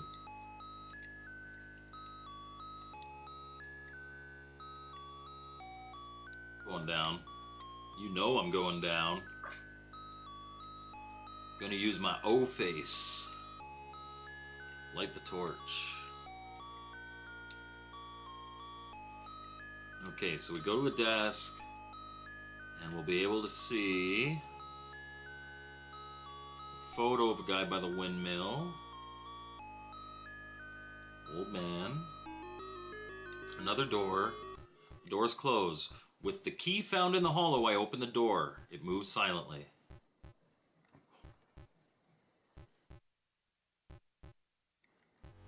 Next room is smaller. On the shelves, there are jars. They are completely covered with dust so that I cannot recognize their contents. In the corner, there's a small table with a candle and an old book on it. I open the book carefully. Most of the pages are illegible or open. The last entries are the clearest. January 3rd. Today the snow completely buried the world. It is difficult to open the door of the cottage. The postman has not come for several days. The villagers have not come either. I hope that the big frost will come and the matter will become clear soon. The frost did not come. No one has come for 2 weeks. I'm afraid to go out to the village. Tonight I hear voices inside, shouting, whining, crying. I cannot see anything through the windows. I do not think that the voices come from the village. It is too far away. I put lighted oil lamps in the windows. No one came yesterday. I checked the surroundings of the clearing. There are no traces of human presence. The cottage does not look too good. If it does not stop snowing, then the cottage cannot withstand the winter. Tomorrow I will go to the mill to check its state. Finally, the longed for freezing weather came. On the way to the mill, I saw the silhouette of a man. He was standing on the road. He looked as if he had stopped for a moment. He was completely frozen. On his face, I saw a grimace of pain. He carried a message for me, but he was dead terrified. I went back and stayed in the cottage all day. A hard frost came. I have been sitting and thinking for 2 days. I do not know what happened to that man. I will have to bury him. If you don't know what happened to him, how do you know he needs burying? The worst suspicions have come true. On the border of the forest, I saw a white deer with a sign in its antlers. The cottage is barely standing. I will go to the shelter with all my supplies. I will be safer to be away from civilization. I leave my diary. I will continue writing the next one. What was a resident of the cottage? What was the resident of the cottage afraid of? Certainly the collapse of the building. He was waiting for someone, and then he was afraid of those who would come. Just like me, he had unexplained visions. It is a pity that the previous entries in the diary are unreadable. I go slowly out of the cellar. I look around. Flowers, they appear again. How is this possible? They were not there earlier when I came. The wind begins to blow, swaying the surrounding grass. Upset, I begin to move blindly towards the forest. Okay, I still don't know anything. Where and why am I? Why do I keep seeing the same places? Maybe they are not the same places. Okay, is my stream that boring? I'm sorry. I like this game. At times, the forest seems quite homogeneous and sometimes completely different every few meters. This is as if it changed with time and space. To whom belongs the tower and tunnel? Why are there no roads? Why am I seeing things? Thousands of thoughts seize my mind, but I'm going to calm down. Okay, I feel light, but I slowly glide through the forest. And I reach a lake and a stream. I feel high humidity in the air. The water is still smooth like a tabletop. Unsteadily, I approach the lake. Out of nowhere, ruins of the water mill appear around me. I stand in the middle of it. I look in the mirror of the water. This time, I see the shape of my reflection. The longer I watch, the more the detail appears. I feel the time passing as by my body and the environment. The ruins of the mill are becoming the building. The seasons are changing in the forest. I haven't gotten this before. This is cool. In the mirror of the water, I see the older man's face. Is it me? The face from the photograph. That is me. The ruins have disappeared. The forest stands still. I feel that I am falling. Oh no! Oh no! We looped! We looped! Son of a bitch, we looped!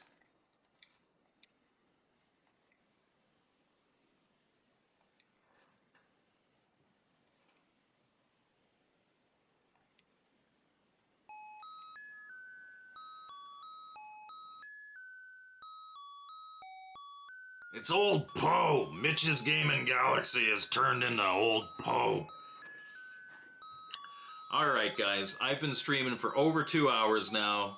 I'm clearly putting people to sleep. I'm going to continue playing this one on my own. I'm going to see... That was interesting. We've seen a lot of things that I've never seen before in this game today. I had fun playing it. Despite, I know this not being the most exciting game to watch on stream, I hope you guys enjoyed keeping me company. I appreciate it very much. Go back to, if you weren't here for the, here, let me turn this.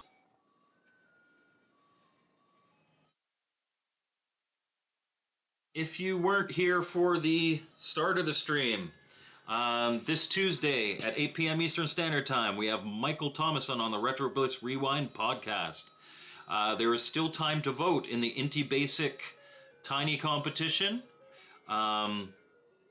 That is winding up on the 14th, I believe. Links are in the description if you want to go try those games and vote for them.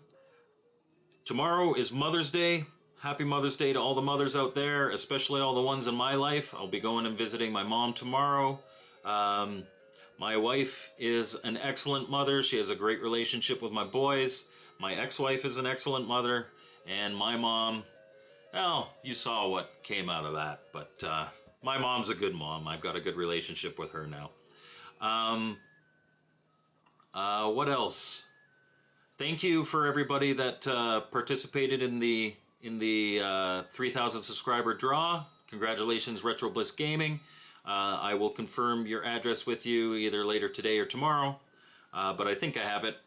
And look forward to next month. Next month is going to be a sponsored live stream every Saturday. There are 5 Saturdays in the month of June, and that is going to be Guardian Games Month. So the details of that, there's going to be a giveaway every week, which is awesome. And I'll be playing games that you guys will probably find more interesting than this one. So thank you again, everybody. I hope you had fun. I have certainly had fun playing it. And we'll see you next time on Mike's Gaming Gala.